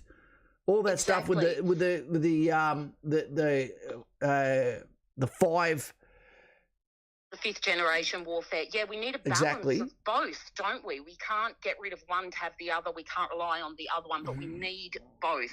You're almost better off by going back to old systems and having an electromagnetic pulse wipe out communications fully, so that people are blinded, eyes knocked out, in the dark, you know, and they don't realise you're coming until the horsemen are on the hill. The next one is air superiority. I'm going to segue down to this at the moment. This is interesting. At the moment, Russia doesn't have air superiority, which means they're getting knocked out of the sky with the Stingers, which means there's no confidence in anyone getting into a helo, rotary wing. There's no confidence with the MiGs understanding we're going to get hit out of the sky. They're shitting themselves at the moment, because how long has it been since we've been in any conflict where you haven't seen some level of bloody air superiority, like we had in Afghanistan, like we had in Iraq? The first thing we do is either knock out an airfield or control an airfield, and then from there, there's no opposition. But that's not what's happening. And this is why I think the one thing that NATO can do is say to Putin, our next step is going to be, we are going to absolutely carpet your airspace with NATO aircraft, with rules of engagement based on an invite by Lewinsky. No, she was with Bill Clinton. Yeah, not she was below the desk. Yeah, that's right. Loves a good Cuban. God, keep moving. But in saying that, what's his name? Lewinsky. They're always hard names. They're always tough names. Zelensky. Yeah. Okay.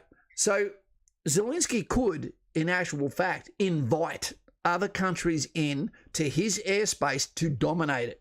And once that is being taken over and they maintain that, right, by invite, that is legitimate.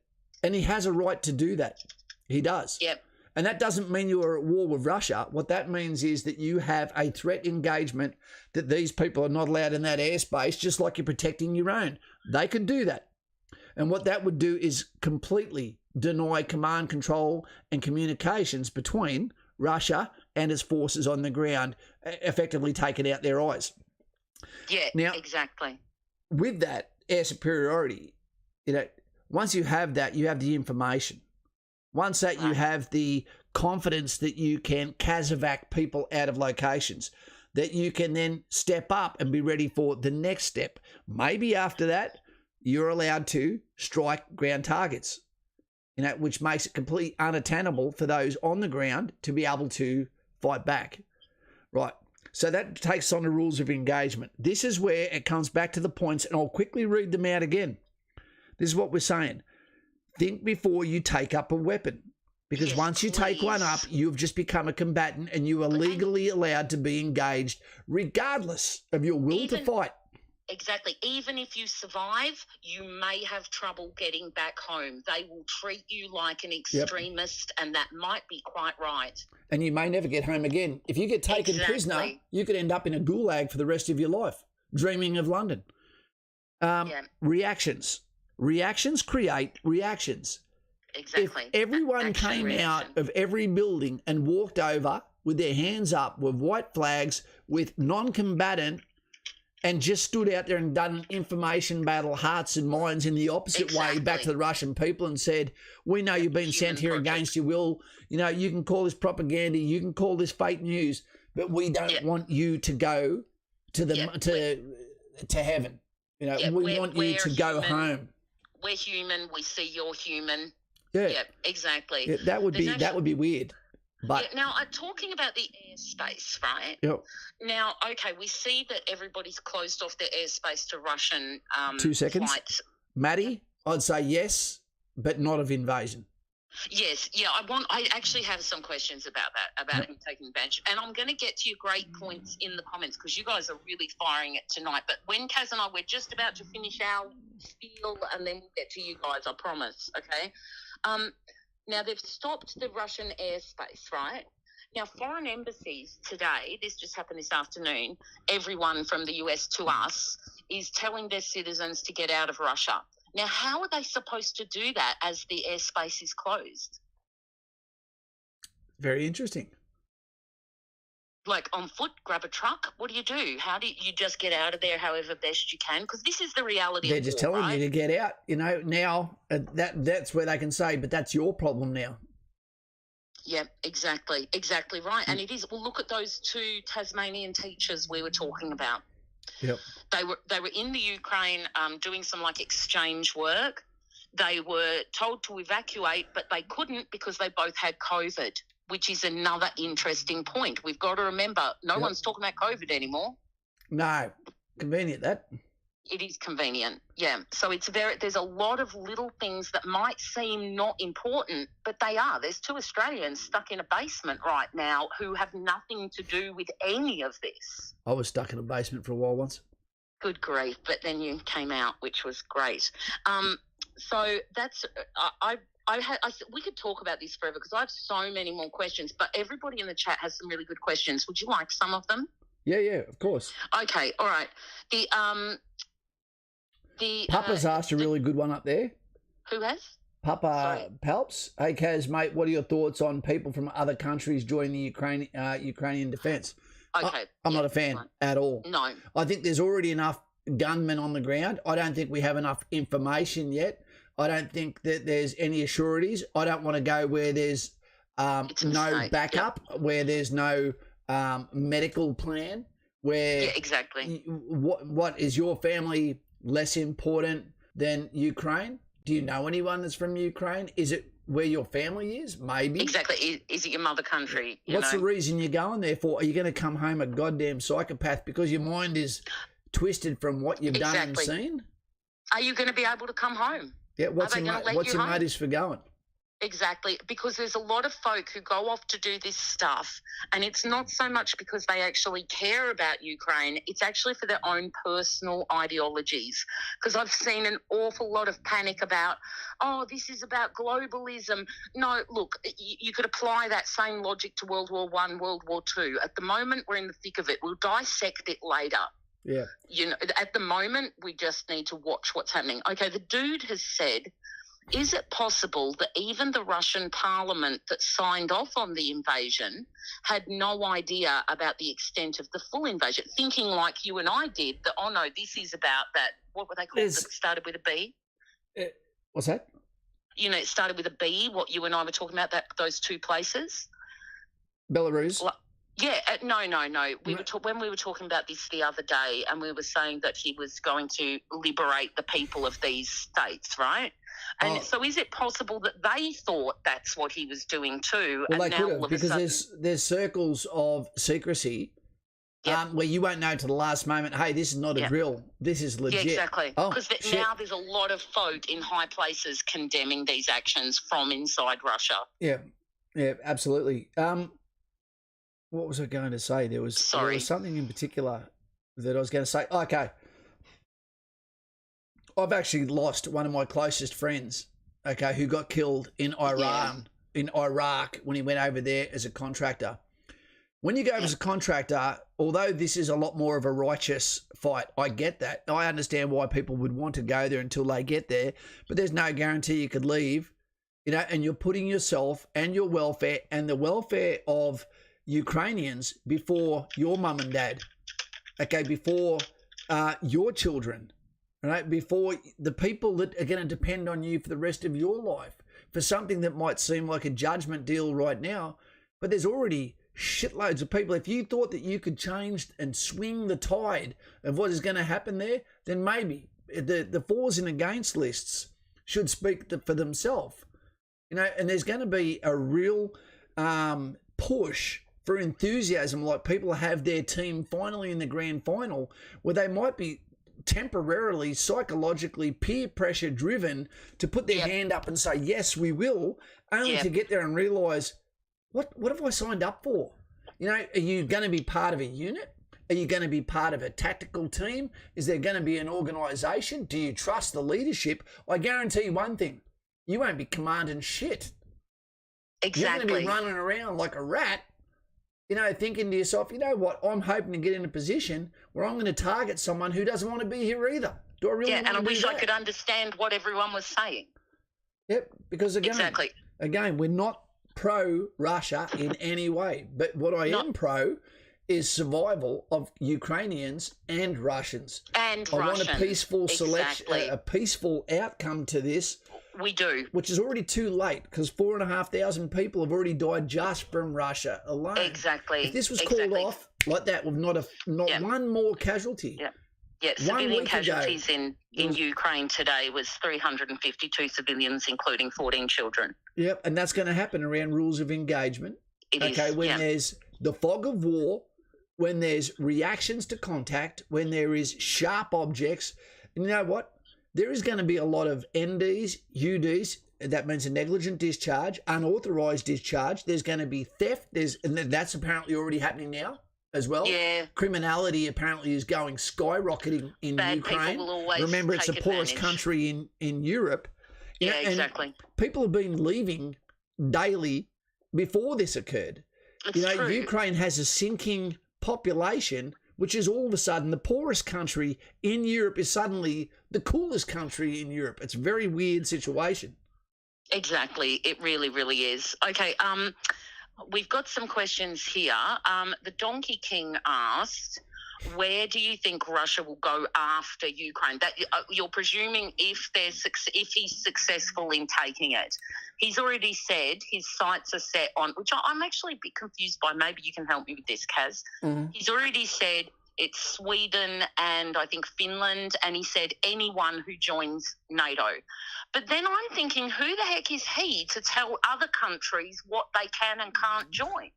Yeah, and look, at the moment, by rattling those names off, what they're scared of is if he's mobilised a mass effect weapon system, that if I get into this too early, I'm so close Yep. that I wouldn't even have time to flex my abs before it hits me. Isn't he going to push them in the other direction, though? Isn't that going to make them want to seek the shelter of NATO's arms quicker? But most of these countries, okay, are dependent on the energy resources because of the leftist policies. They got rid of nuclear energy, you know, and then went back to fossil fuels, which were provided by, and they became dependent on Russia for up to 60% of what keeps their lights on as well. Mistake. So there's also a selfish level of we've kind of reliant on them now. And Jim Mullen, the ex-general of Australia, or he's always going to be a general, he explained that as well. You know, you become dependent on a country that you weren't friends with, and now you're in a position where you can't tell them that you're not happy with what they're doing because you're afraid that the networks will get turned off, etc. Yeah. You know? Exactly right. There's some really good comments here. It's actually hard to pick them out. And here's the thing: it's to me, it feels like if my neighbour was telling me who I can be friends with or not, I'm more likely to ditch that neighbour and go be friends with the person they've told me not to be. Yep, absolutely. Because it seems like a gross overstepping of who the heck made you king of Sweden? No one. You know, they get to make their own bad choices, whether it's a good choice or a bad choice. They get to make it themselves. Here's a great pure question. One. Oh, sorry. Where are you? Esulus. Esulus, yeah. So what is the solution? I think the solution is someone who's very close to Senior. Where are we? Yep. That guy goes in there and says, I'm going to be a patriot. Takes care of the situation. I don't know if anyone realises there's been massive distance between that rat and his Security Council lately because even his rhetoric has been gotten way too aggressive for them too. They have families. They're just trying to stay alive. Nothing that happens here is new. Okay, history repeats itself or rhymes with the past. Okay, yep. So what used to happen in Rome when the consuls, before they actually had emperors, was there was always an ongoing duel between the Praetorian Guard captain, you know, because armies weren't allowed inside Rome, and whoever was in charge. So what would happen is if he went too hard, the Praetorian might just kill him in his sleep, you know, or kill him to his face. Vice versa, sometimes they would say the Praetorian Guard captain has too much pull, and out of suspicion, kill him instead. So that's why the people at the highest levels are looking at and remembering the people in the Secret Service are usually the most patriotic to their country and are now looking at this guy, but they hear everything he says and he starts to forget they're in the room. Like the guy with the fig leaf who's fanning the pharaoh, who hears everything and is normally a eunuch, which is a great way to take your mind off ladies. But I wouldn't recommend it. It hurts. Yeah. All right. Are you ready for another one? Yeah. Pura One has said, and this is something you and I were talking about today, so I don't want people to think we haven't talked about everything that we've been thinking about with this. What are your feelings about the human trafficking out of Ukraine? We had this conversation today.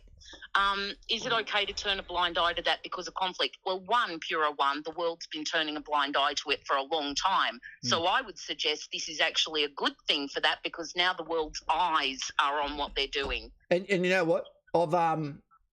The definition of actually what that is gets confusing to me because to me, it sounds like someone against their will is taken somewhere and used in a profession they never wanted to be part of.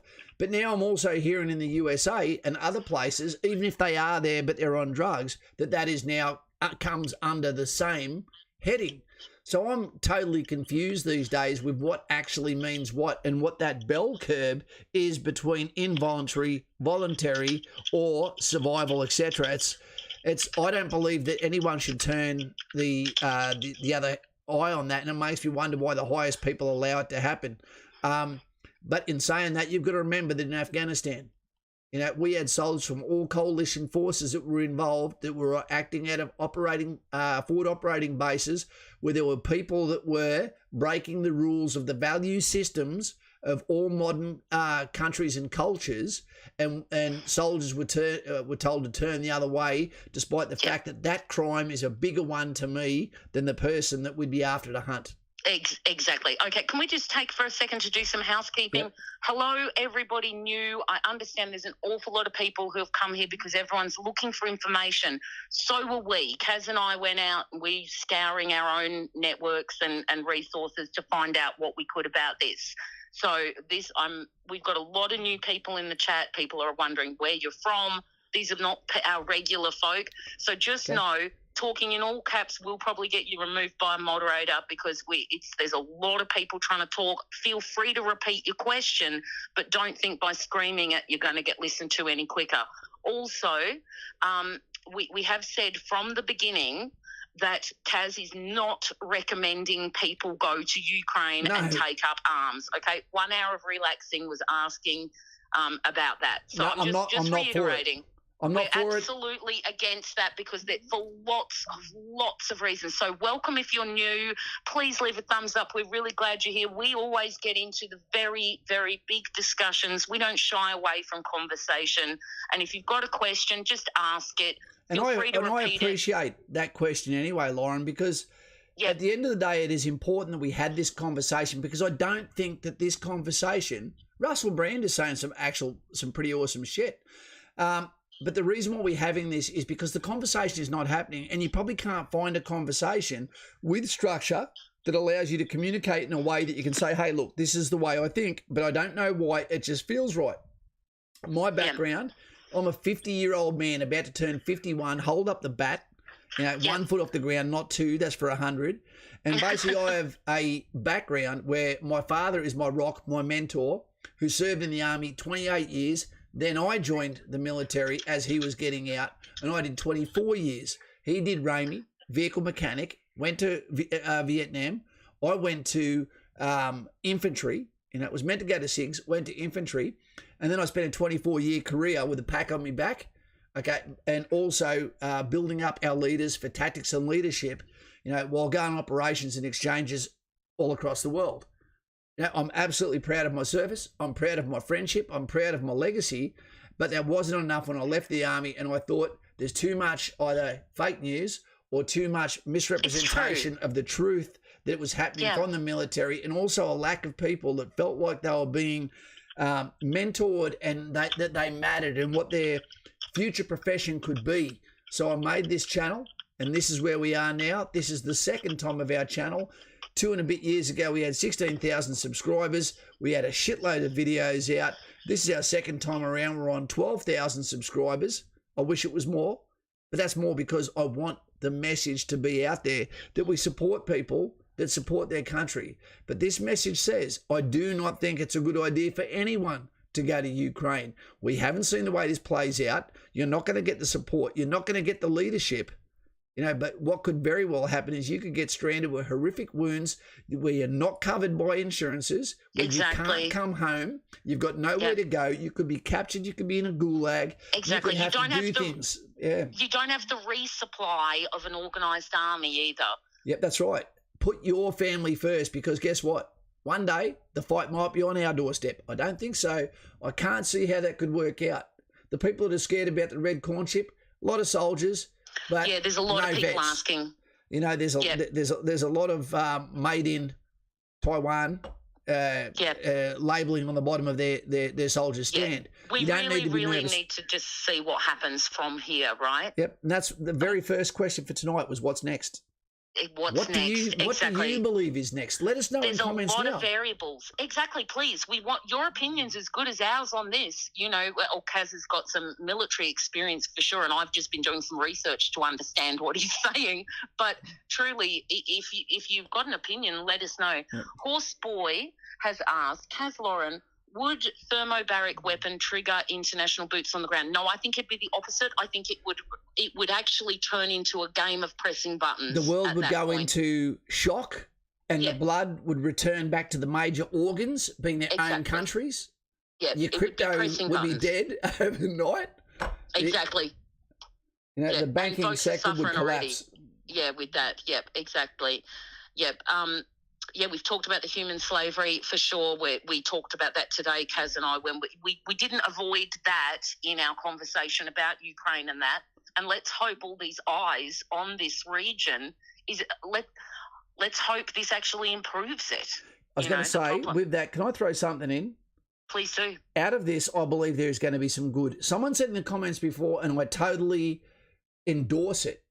What we've seen now is such a revulsion to war across the world, okay, that people are showing you don't want to be the next person that wants to start shit with another country because it will not be tolerated or accepted. So the red corn chip might be looking at Taiwan at the moment going, I don't feel like being the pariah, because they'll be absolutely surrounded by people that are going, I don't appreciate what you're doing right now. And they've got some massive populations too. There hasn't been real peace in some of those sectors of the Ukraine forever. It's been a fault line for cultures, etc. It's nothing new. I think that we're seeing people come together. I think the message is overall has been supportive. I think that it's dragged away from some of the issues that have been going on for 2 years. Yeah. And I think that people have put social justice behind and realised there is first world problems that are real problems, world problems, and it's time to pull up our boots and understand that, you've got to look after your brothers. You've got to remember that bad behaviour is going to get punished. And really, I really feel for the Russian people after this because regardless of how this outcome is, those people are now facing a world that they thought was behind them. Now the scepticism, for years they've been made the straw man. But now people look at them like they actually are the devil. And they're probably going, dude, I like dancing, I like cheeseburgers. Exactly. I like chicks, I like beer as well. I want Pornhub back. Exactly. Thumbs up for Pornhub. Russia will push for Sweden and I'm not sure what's going to happen. Who are you talking about? MK Ultra. Okay. Yep. Sorry if I throw that in there. That's a bit of Tourette's for you there, Zane. Ukraine is a well-armed people. And they're a large population too. There's not enough people on the ground for the Russians. Russians' ground troop coordination could never beat the warfare a lot of armed citizens can provide. Oh, I don't know about that. There's a reason guerrilla warfare is so effective. The reason why guerrilla warfare is so effective is because it goes by no rules whatsoever. Asymmetrical warfare, exactly. Yeah. And that's where we get barbaric behaviour, though. Yeah, very Chechen. Yeah, exactly. It's a sticky thing, Zane. It's a sticky thing. But I also think, remember, we haven't seen anything yet from Russia. This is a speck of what they could do. Okay, this is really a speck. Now, somebody was asking about Chernobyl. Why did they secure that? And I'll give you the non-hyped up version. I have looked into this because I've seen both sides. I've seen what the mainstream media said. I've seen all the way left and right what everyone's saying about Chernobyl. It is, in my opinion, simply the quickest way from A to Z. There is no ulterior motive as to why they have secured it other than quickest way to get through here. Yep.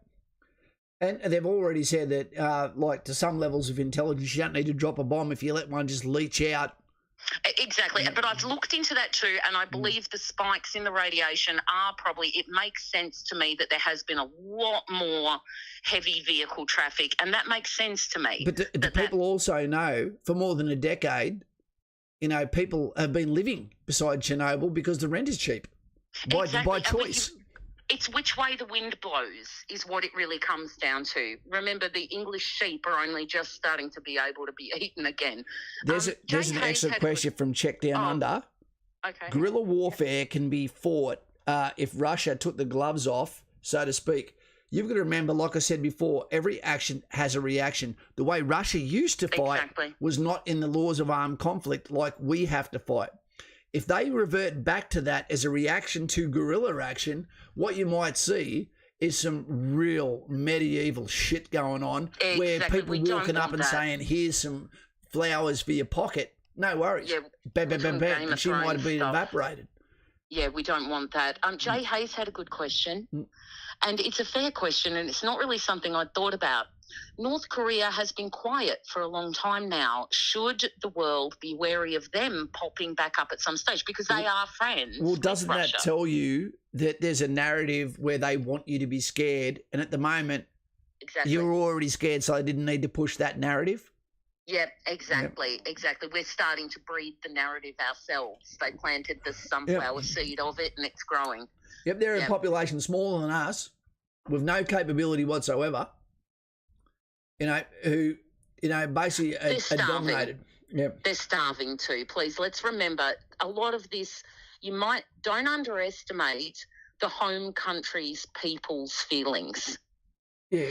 A leader can go rampant, but if his people are not behind them, they're limited. Well, can you imagine if you flew over Russia right now and did a leaflet drop? Well, you wouldn't be able to fly over letters. it, but yeah. No, you couldn't. Could you imagine if you went over North Korea and you dropped leaflets there saying the rest of the world is free, we love you, we want you, we've got food and dance, we want to see your children smile. That'd be like, if I get caught with this letter, I'm screwed. It'd be like Stockholm Syndrome. They'd hand it in rather than read it. Exactly. Then we're back to having gulags and cannibal islands, aren't we? Yeah. Of Stalin. Landy Smurf asked, should we bring in national service? Yeah. I don't see what for with this, though, not for this particular issue. Should we bring it in general? Well, Kaz has some good thoughts on that. I'm a big believer that what we're seeing across the Western world in particular now, Canada, New Zealand, Australia, Britain, etc., is a identity politics problem that we can make go away like a Zyrtec with one simple thing, and you just said it. Fantastic. We'll call you the sheriff. Change your name to that if you want. I love it. And that is national service would give people an identity which is not a fake identity attached to a clan, a group of hate, which would allow people to accomplish things, which, although they may not have the qualifications to get into the regular army, whether it be flat feet, whether it be asthma, whether it be any of these things, they would serve their nation. They'd be taken out of potentially a bad peer pressure group, and they would be met with people that will become their friend, become their mate. Some of them potentially lifelong friends, and they'd be given purpose. They'd be given missions. They'd be given order. They'd be given routine. They'd be paid. Yep. They'd be given pride. They'd understand what self-shame is. So no one else needs to shame you. You feel it yourself because you can be better. Which is the best way. If we can police ourselves and audit ourselves, it's the best way. So there is lots of reasons to bring in national service, not out of panic because of something that's happening in Europe. So let's just make that clear. Yeah, and national service is not a corps. It means you go in there, you do a year, you learn all the skills, you become an all-service soldier, and you might be given an option after that to go into the regular army. But either way, you may not think you're going to like it, but then you get there and guarantee you love it. Guarantee you love it. Now, the dude has said, I'm interested to watch when the Russian markets open. I'm looking for that because he said the Russian ruble is basically a piece of paper at the moment. Russian oligarchs have had their assets and property in Europe seized. Indeed, England has been going through taking back property.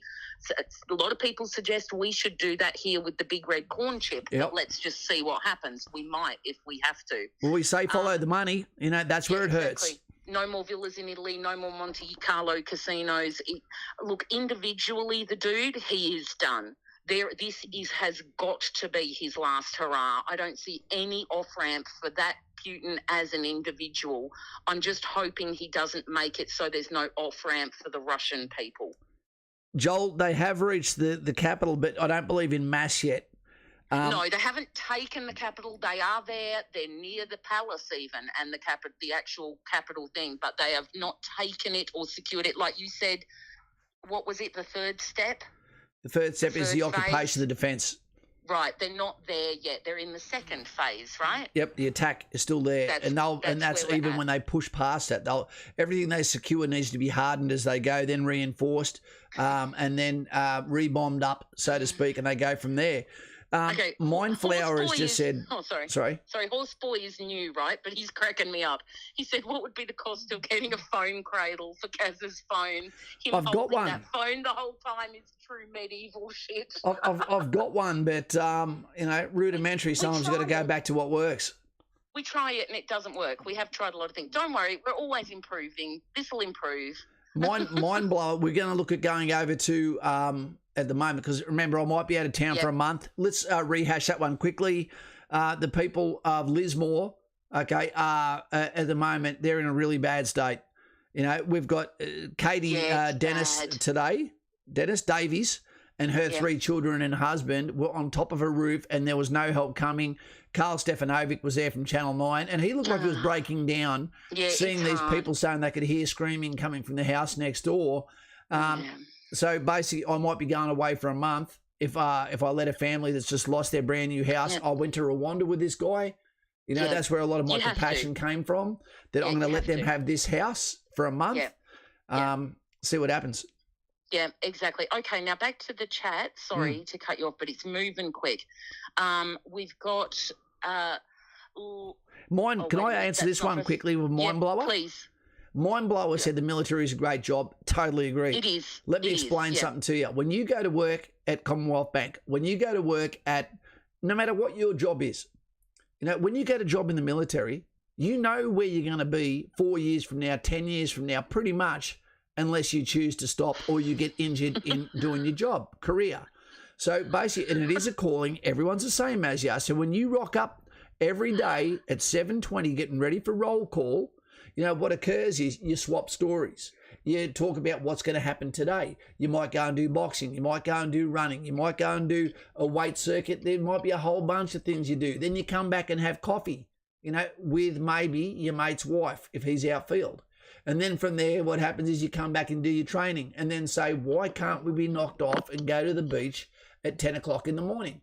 And that's rinse and repeat, rinse and repeat, rinse and repeat for potentially a 24-year career. Love it. You won't get that anywhere else. Yep. Okay, we've first Landy Smith's cracking me up. These guys are funny. They're saying you do have an unusually strong right hand. God help us if someone takes your Pornhub away. You should see my left. No, please. Okay, Joel Macker has said, will veterans be called back up? Now, this is something that comes up a lot. Is this a true thing that they will recall veterans if needed? Well, you said it earlier on, something that's very interesting. For those that get into the Army Reserve that actually think, oh, this is okay, it's a great hobby or whatever, guess what? If there's a mobilisation, you're in the regular army now. You are mobilised. That choice is gone. You know, if you were a veteran, depending on the reason for your discharge, depending on what your age is, maybe and how much time you served and what your position and skill is, you can be recalled. Yes, there is a time period, a statute of limitations, if you want, where you can get called back into service. But if you don't think that we haven't had national service in this country, I believe 4 different times we've had it. It can happen to you and you don't get a choice. But it doesn't mean that you're going in necessarily as infantry. What might happen is national service conscription sort of thing, is you can come in there and you might be used as a support element, whatever. There's logistics is as important as what the guys are that do the fighting, you know, and that's why I do not understand less than 5 days into this conflict why we're seeing tanks isolated on the side of the road, you know, with empty fuel tanks. That should be impossible. Impossible. Yeah, logistics have failed and Putin would be fuming. Yeah, exactly. Okay, we've got some more questions here. Gosh, they're talking to themselves. Good on them, which is good. PK says, Kaz and Lauren. Hi, PK. The US is on its knees with Sleepy Joe. Putin can sense the weakness. He might be right, but Putin's looking pretty weak himself at the moment. We have to remember that too. Would not have happened now if Trump was in power. Now, can we talk about, just for a second, I actually don't care whether you love or hate Trump, but can you not do this to anyone? I promise we won't do it to Sleepy Joe. Don't take what he said about Russia, Putin being a genius. Look, serial killers are geniuses, okay? Genius doesn't equal good guy. No. Can you not take him out of context and rechange the narrative to fit what you want to? This isn't about whether you like Trump or you like Biden. This is about what's happening over there, and what Trump said makes perfect sense. The guy is a genius. Take Chernobyl and watch the world shit itself. Yep. Tick. Done that. It's it always comes back to, you know, the narrative has told us who to tease. at the moment they're telling us to tease Putin as well. You know, imagine if someone one day could pull the curtain aside and show us what they made us believe over the last 20 years. There'd be things you go, really? Was that one bullshit too? Yeah, exactly. Yeah. Yeah, exactly. Where are we up to? Here we go. So Abdullah Rahman Danashi, sorry if I've said that wrong. So proud to be AU. Thank you, team. Lauren, Kaz, I remember the first few videos Kaz made for us. It's been within 2 years now. I've finally had a chance to say hello. Hello, Abdullah. Welcome. It's nice to see you here. Where's Abdullah? Is that Abdullah or Abdul? Abdullah. A-B-D-U-R. So Okay. I know I'm probably saying it wrong. Because I know a bunch of Abdul Rahmans, you know, and they're great people, but it always makes you want a bowl of noodles. Yeah. Yeah. Ramen always makes me think of a bad perm. Okay. Richie Wallace. Yeah. Yeah. Look, Richie Wallace is saying Putin is not a genius when it comes to strategy. Look, I've got to tell you, there's something missing here. We haven't seen, remember, we haven't seen the rest of the chapters yet. And that's why I said, what's next is the first question, because at the moment it feels like there's some pieces that are missing, but he still looks calm enough that he knows what's happening. And I'm looking like, huh? I don't know what's going on. It's almost a worry. I'm hoping he's just lost the plot. At the same time, I'm not. Because if this is part of a bigger plan, we should all be very, very careful to write him off too soon. The Hungarian hustler is here. What a great name. That is a good name. And he says, hey, Kaz and Loz, I'm 34-year-old male about to go through the process of joining the army. I'd just like to ask, what would you say are the essentials to take with you when you get the call to head off to Kapuka? They're going to give you a load list, mate, that's going to come on a joining instruction. But outside that, everything you take should be nice shirt, because you're going to probably go into the Canberra War Memorial to see where the souls of those that fell for our country, the footsteps of the Anzacs, those that carried, most of them, okay, the 303 Mark III bayonet, again, our foe was allergic to it.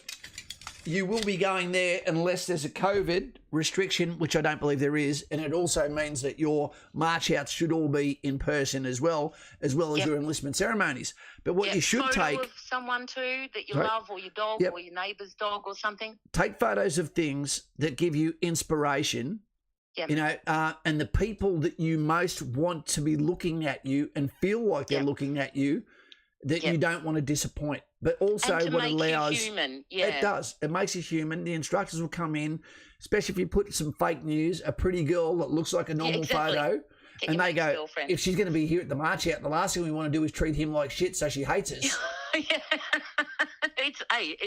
This is the psyops.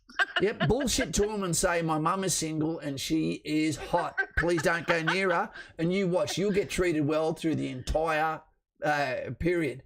Also have a car or a bike. Yeah. And one last thing. That'll probably work with Kaz too. It would work. It would work. You know, I've kissed a couple of mums. And I've said no to a couple as well. Yeah, fair enough. But what I would say is the people that love you the most, that appreciate you the most, think of writing them a letter. Write a letter for your grandparents. Write a letter for your parents, a thank you letter. Because for you to be going in the military, chances are you're either running from something or you're trying to represent something, and your parents have backed you and they've had you the entire way and they've given you the skills to make you succeed. Write them a letter. I wrote one for my grandmother, and then one day I went and visited her house and there it was in a frame. That's how rare it was. But it was one I'd written her from overseas, and it could still had the dirt imprint of where I was writing for her on my patrol notebook. You know, you could see where my hand had been resting and sweating, you know, on the paper while I was thinking about her, and she framed it. Exactly. So do something like that. You guys have turned up tonight. You know, it's great. It's always good to have a big crowd, and especially one that's interacting. That's why we need you here, Aussie Cacti Guy. Don't go running away to Ukraine. We understand how you're feeling. We need you here. We do. And we never know when our backyard is going to need a few good men. A fair few good men. Sage, I have heard of the ghost of Kiev, and I'm saying I don't care if he's true or not. Yeah. I'm going to pretend he is, because that is part of the birth of urban legends and folklore. Well, you just changed my mind, and I agree with that too. Exactly. Let people have something to believe in. Because do you know why? Because Yeah. I believe the children are our future. Teach them well and let them show the way. Exactly right. Yep, real or not, he's real to me. I choose to make him real. Okay, that's right, Zane. Okay, guys, do you want to get out of here? Have you had enough? I think we better. I don't know. Have you got any more questions, guys? Last minute questions? Because we have been gabbing on for a while, but there's a lot to unpack here, and tomorrow might be totally different again. Yeah, and we can do these updates until I find out whether I've got to leave this house or not. Yeah. And guys and gals, make sure that you do subscribe to the channel, because this is an Australian channel. I'm the only channel that does what we're doing now. Yep, For some reason, the culture of Australians is not yet, I won't even just say red-pilled, but is not leaning into alternative media, understanding that it is different to Channel 7, 9 and 10 or kiboshed Sky News, which they don't want you to watch. Yeah, exactly. PK, we don't need those sort of instruction streams yet, but if it comes down to it, we will. We'll also tell you how to survive fallout if we have to, okay? We'll go along with it as it pans out, okay? And I do know how to make them, yeah. Yeah, so if we need to, we will look after you. We will be a community. If, God willing, we're able to still communicate with you if things get really, really bad. But, yeah, I would really like it if it kept going. He was confirmed, apparently. Well, you know what? I would love the idea of the first ace pilot since World War II. I love that idea. Yeah, they've got some balls, you know, those raffies that get in amongst that, because you know you have a crash in a car, there's a good chance of surviving. You crash a plane, you're in big trouble, Jerry. G'day, Daz, the owner of Cows. Yeah, hey Daz, he's been here the whole time, I think. I don't know. Depends when it was. Daz, I don't know. I have been trying to keep up, but I'm not sure when.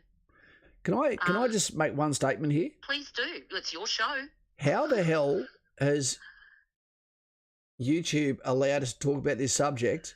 Because they need people to talk about it, I think. Because this is the narrative that suits them. Normally, guys, when we talk about any subject, we get kibosh. And it just cuts us right off straight away as soon as it goes against the algorithm. Yep. But this seems to be what they want us to talk about. Yeah, but it doesn't mean it's wrong. This is our genuine opinions. You need to know that if you look at our streams from last week, we've changed. We haven't changed our minds. If what we said last week happened, we would still be sticking by it. Can we just say goodbye to Jay and happy birthday to his son? Happy birthday. 20 years old today, and I think it's Hayden, I'm not sure, but that's happy birthday, Jay, for your son. Hayden will do for now. Happy birthday to you. Happy birthday to you. Happy birthday, dear Hayden. Happy birthday to you from Putin and Kaz and Lauren. Yeah. Birthday punches by every Ukrainian. And some sunflower seeds on top. Yeah. Guys and gals, it is so important to have the conversations, you know, that are missing from the street. I think we're going to have to come back to this. I think there's a lot of people still talking. I don't think we've got time tonight to even go through them all. So if we didn't get to your question, can you pop it in the comments of this stream after it's rendered? Because I think we're going to have to come back and have an up-to-date conversation about this in the next few days, Kate. And the best comments are honestly after, like Lauren said, later, when this video is up, go and have a look for the trolls. They're going to be there because they won't watch it all, but they'll come in there and have an opinion. Okay, no one is telling you what to think today. What we're asking you to do is listen to a civilian's point of view. Lauren, who's also a mother, who's got something to lose, from someone who's a father, veteran, who's represented you for the last 24 years. Thank you for your service. You guys for allowing me to get paid for what I did. Ethan just said that this was recommended, so it's definitely in step with the algorithm, because maybe for the first time in history, us and the algorithm agree. Maybe. And it's history making. Yep. And I'd like to finish by saying to all those in Lismore, all the best. To all of those that have lost their lives, for those who are in harm's way. Okay. Lord's prayer to you. Yeah, absolutely. And a And all the conclusion. people trying to get out of Russia on foot, in trucks, however they can, up a bushka's skirt, however you're getting out, just get out. And don't judge anyone that's getting the hell out of the country because they're a lover, not a fighter. You know, because We your mum don't know wants you to what we live as do. well. We No don't one know knows how what long the it's going to go for. circumstances are either. Okay. Okay. So, good night. Thanks for the brilliant conversation tonight, everyone. Thank Yep. you, Kaz, for facilitating this great conversation. No worries, mate, and thank you for being here. In conclusion, it's my pleasure. key questions and statements rattled off quickly. What's next? We don't know, but tomorrow when we wake up, we might when we wake up. How long can Ukraine hold out? We're going to know. All of this is going to come. If something big happens, will we jump on? Yeah. Okay, we'll let you know that much. Okay, so make sure you've subscribed if you're new. Off If something schedule. Big happens, we'll jump on. We might ultimately be here most nights, you know. We might be.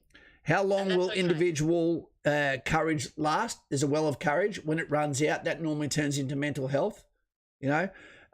There's should NATO achieve air superiority, domination over Ukraine by invite by the Ukraine president? Okay. What is your thoughts on week one as it's unfolded? Statements. Yep. Okay. Hey, Think excuse before. me, do you have those? Oh, sorry. No, Sorry, go. I just cut you out. Do you have those kangaroo balls near you at all? No, I went to send them today and they got Because rejected. The recipient of them is right here. Where is he? Stephen, Mr. W from the UK, has joined us tonight, and he's here. Okay, Stephen, just so you know, I had a really big argument with Australia Post today because when I went there, your package right now, I'm sending you something as well as the kangaroo balls with that beautiful feeling. I went in there and I wrote on the package, I had it all paid for, and they said to me, what's this? I said, that's a kangaroo scrotum. And they went, and done properly. and they go, It's not no, what we you we folks can't allow that. I said, no, it's been treated. It's a souvenir from a souvenir shop. Yeah, exactly. And then basically what occurred was they said, oh, we can't send it because it's an animal product. I said, mate, let me be as specific as I can here. Your shoes, your handbag, your purse, your jacket all come from animals outside this country. Exactly. It'd be the same as me sending a leather jacket to him. Hey, Zane. Oh, gosh, So it is coming to you, but next time I can't tell them. Go to a different There's a set of post nuts office. coming. Let's just say there's 3 balls coming your way. It'll make more sense when you get it. Thank you for your service in the UK. And I hope that your friends don't feel obliged at the moment to put themselves in harm's way and scurry over to a border that does not need them in harm's way. Their mum and dad need them. Their children need them. Stay home. We might need you. You might need us. So we need to stay home. Thank you, Zane. Zane, what's he saying? With that yellow Good night, cow. team.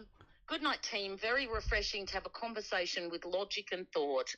Thank you for this. I can't get it at school or work, so here's the best place to get it. Cheers, Kaz and Loza. You are very welcome. Well, Zane, imagine if you said to the teachers, imagine you went to school and you said to them, okay, the questions that I just asked then said statements. Think before you take up a weapon. It could be the last thing you ever do.